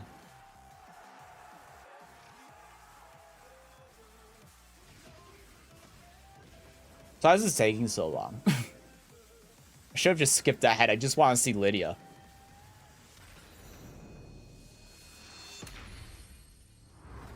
Dude, my eyes was so red with hatred that I didn't realize until this moment. I didn't make the connection with, oh, beach stage and Lydia. I was right. Welcome to a Soul Calibur character. And it's great. Oh yeah, I was here. I saw the beach. I was like, oh yeah, Lydia. I didn't make that connection. Yeah, this is great. Oh my god, dude. Yeah, that's my main. That is my main. She looks so good. Holy that's all we get, right? But I love that they're still going with this same idea. Man, it's 10 seconds. Dude, look, her outfit is so good. I like the old one a lot because it was the same colors as the Polish flag. And this kind of does the same thing, but it's more subtle and it's more like designed. I like that a lot more because you can see the Polska on top of the red and then the red and white, which is in the same design as Poland's flag, which is really cool. Dude, this design on the back, okay. All right, I'm going to say something.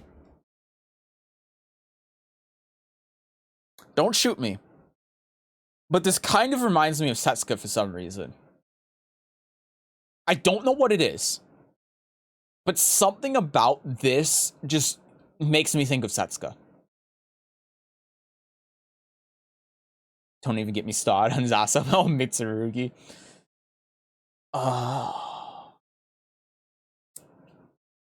I found the this is going to make me sound insane. Hold on.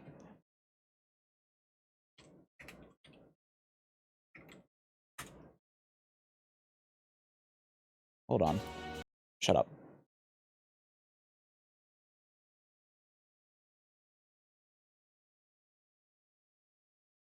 Where is it? Fuck, I don't remember. I found the scene where Mitsurugi gets fucking shot. Oh yeah, here it is. Here it is. Hold on. I found the scene. Speeds. I found the scene. You know you could die. Give me your best shot.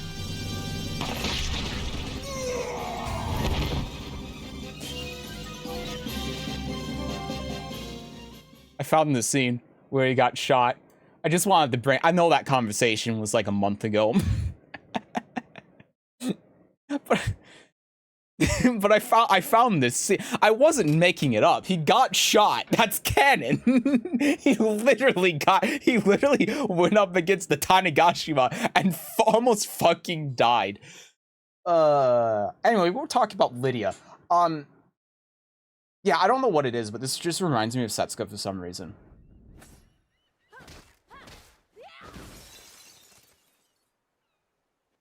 Dude, there's something about the facial animations too. I don't know what it is, but there's something about the facial animations, like, well, her facial animation specifically here, that just looks so good. I think it's because it's not exaggerated. It's natural, right? It's more like flowing.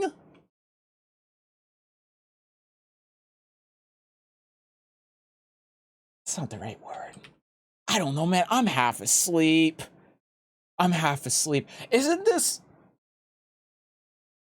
on her sleeve Poland's like national flower as well? It's red, right? Poland's flowers is red from what I remember. Hold on. Google.com. Poland flower. Yeah, it is. It's the red poppy. This is Poland's national flower that's on her sleeve. That's really cool.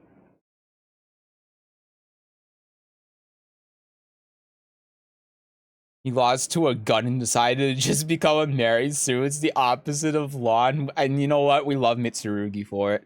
We really do. Yeah, sorry, I should, yeah. See? Red Poppy. I'm assuming that's what they're going for. I mean, it looks the same from the render. I'm also not a botanist, so I'm not sure, but yeah, I love it. I love Lydia. I'm so glad she's back. I'm glad. I mean, there was no doubt in my mind. Again, I made that damn video, and a lot of people agreed with me. That's why I got 50,000 views. I'm not going to stop saying that because I'm really happy and proud of that. But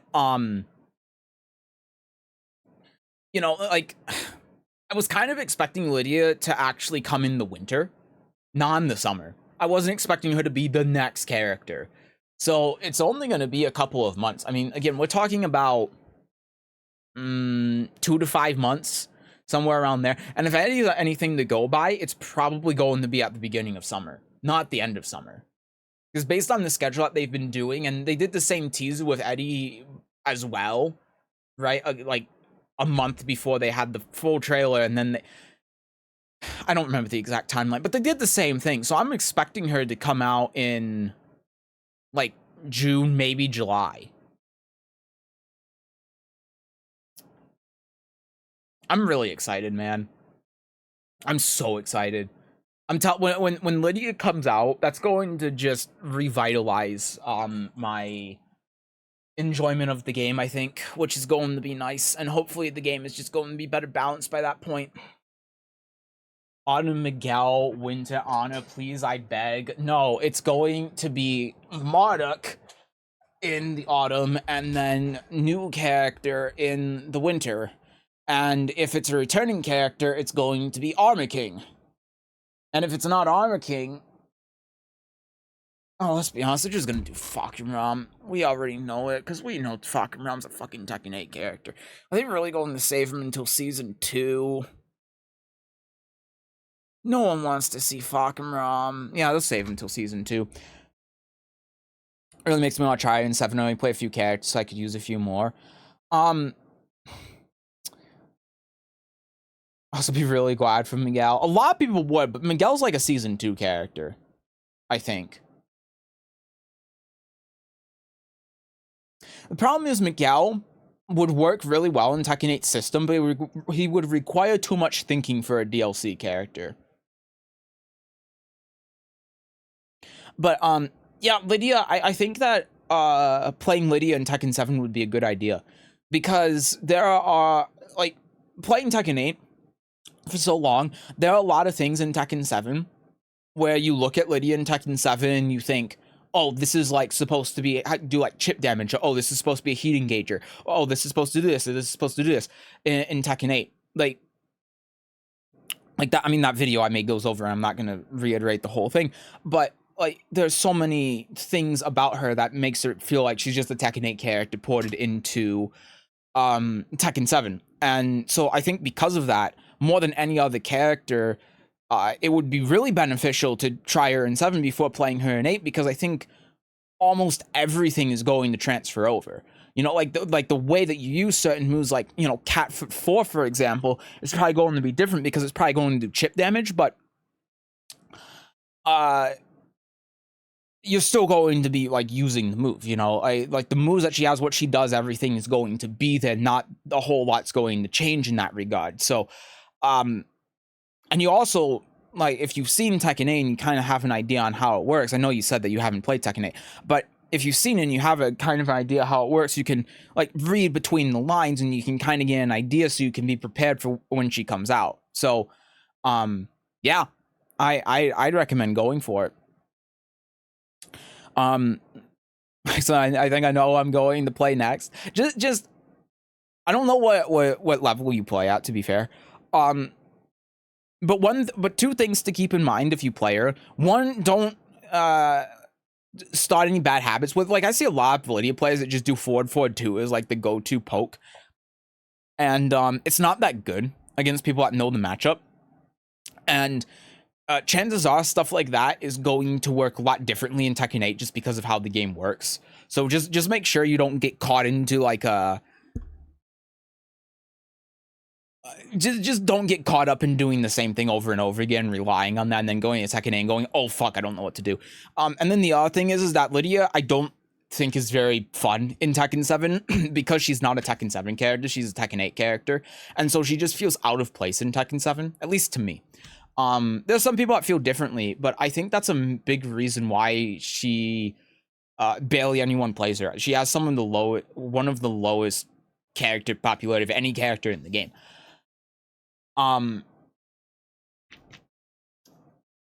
But she's probably going to be great in Tekken 8. She's probably going to be so much fun in Tekken 8. Mostly playing in brown ranks, just got to Gembu with Elisa, but just with her. Okay, fair enough. Yeah, you probably don't have to worry about it then.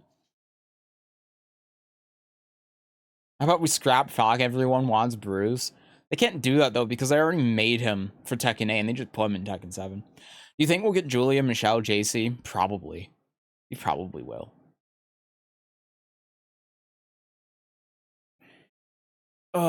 Okay. It's 5 a.m. It's my bedtime. I gotta go to bed. Yes, 5 a.m. is my bedtime. Yeah, I mean, I'm still super happy I stuck around to see Lydia, you know? Like, you know me. I love Lydia. Yeah, Lydia is going to very quickly become my main. If you were around when Lydia came out in Tekken 7, I only played Lydia for about 5 months. Like, you know how much I've been playing Yoshimitsu in Tekken 8? That was Lydia when she came out in Tekken 7. She became like my third most played character. It was crazy. And I'm sure something similar is going to happen with when she comes out in Tekken 8. So I'm super happy. I'm glad I got to see her teaser.